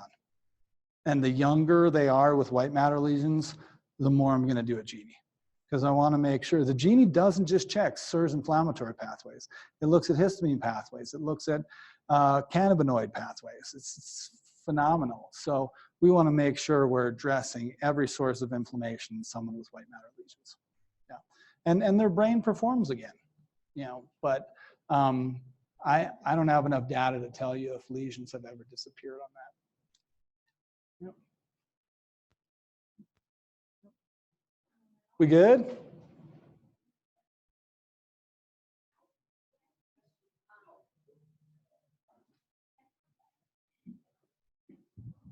So I want to see what your recommendation is. We just had to evacuate her from her place in Boulder. She's attending CU. And so we've moved her. Yeah. We moved her into a new place. Apparently there was some mold in the bathtub window, which was really strange to have a window in a bathtub shower area. They fixed it, but they didn't hire professionals to do it. She seems to be, I've got an air filter running for her all the time, and she seems to be doing better in this place. But my question is, I ordered an ERMI test, the big gun.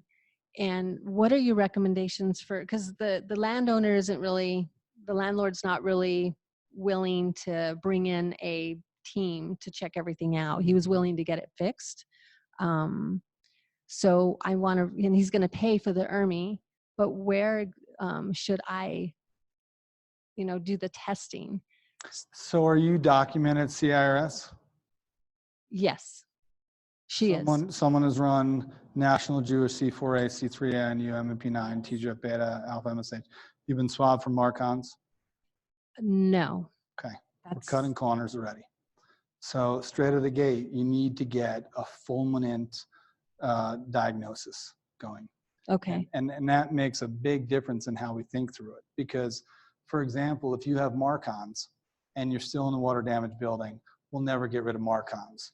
And it puts more pressure on making sure you have an uptight, clean air palace. So first thing I would say is get strict diagnostic criteria and be working with trackable numbers, or else it just gets too confusing, gets too complicated. Data will save the day. In regards to what do we do about that place, then was it mildew, or was it truly there was infiltration of water behind that window? I'm not sure. Okay, and the reason I ask is a very good question you're asking. When 41 isolated water damage experiences, right? One of the ones in my house when I was mold literate is we have windows in our upstairs and downstairs showers. And just to tell you how crazy, everyone knows the city planner Boulder, right? It's just, wow, we make big deals about certain things and don't have the right concerns about other things. In Boulder, if you have a window in your bathroom, you don't have to have an exhaust fan. So common sense is not so common in the People's Republic of Boulder, right?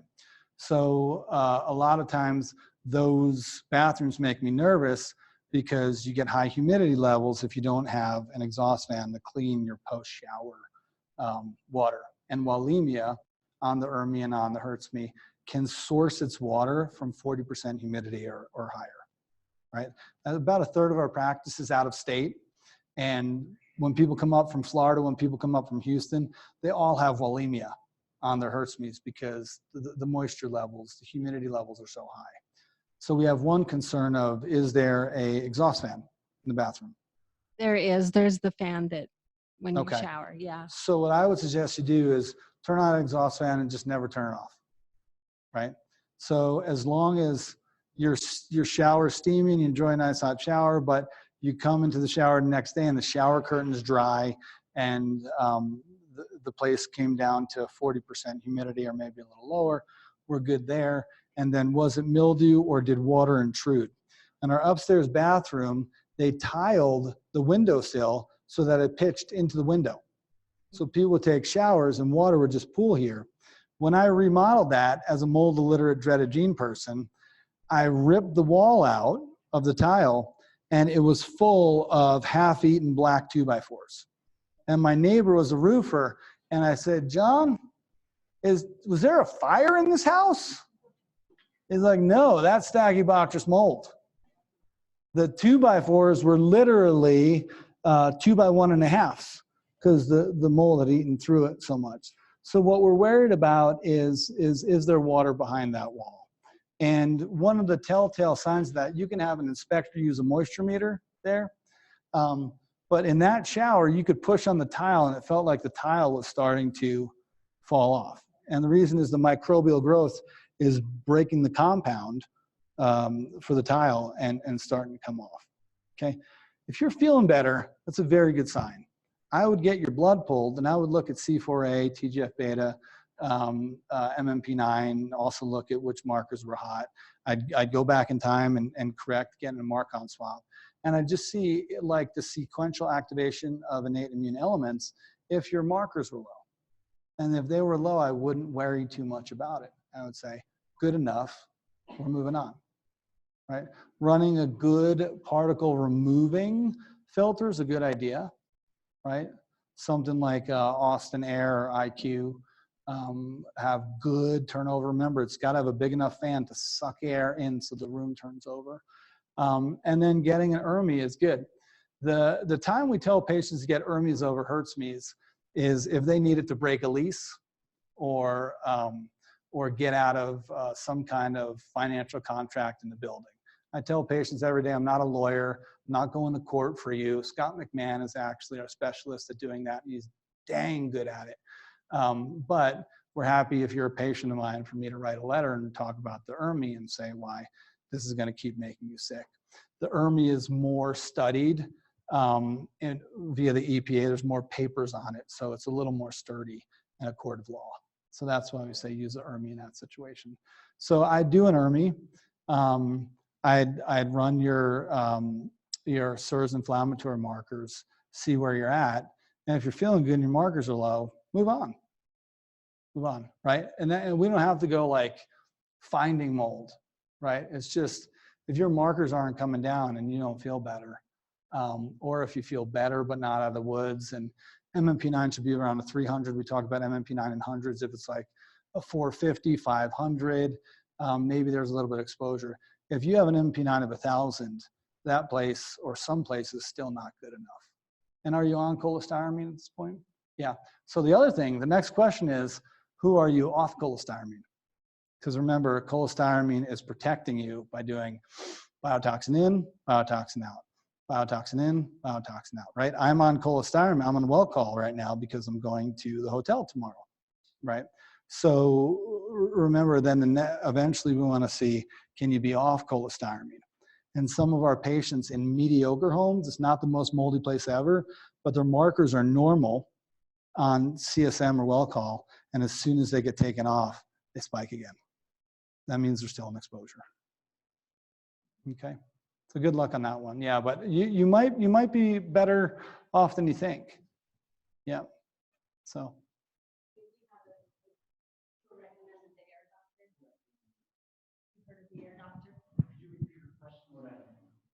Oh, the air doctor, that's one of the ones that we're using that was recommended. Is that an inspector or mitigator or filter? Or? It's an air purifier.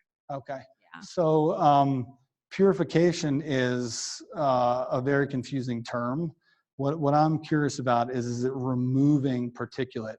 Yeah, it's Okay. got the HEPA filter in it, and Okay. it's supposed to actually hold them and trap them and not re-release them. And is does what I it was go told. down to 0.3 microns? Do you know? That I'm gonna find out. Yeah. I'm not sure. So that's what you need, just because if you're not that low, you won't filter. cell wall fragments, et cetera. Yeah, totally. And then, you know, I have a $900 IQ Air in my bedroom, right? And we have a clean home now, but I just, 8 hours, I'm just sitting there sleeping.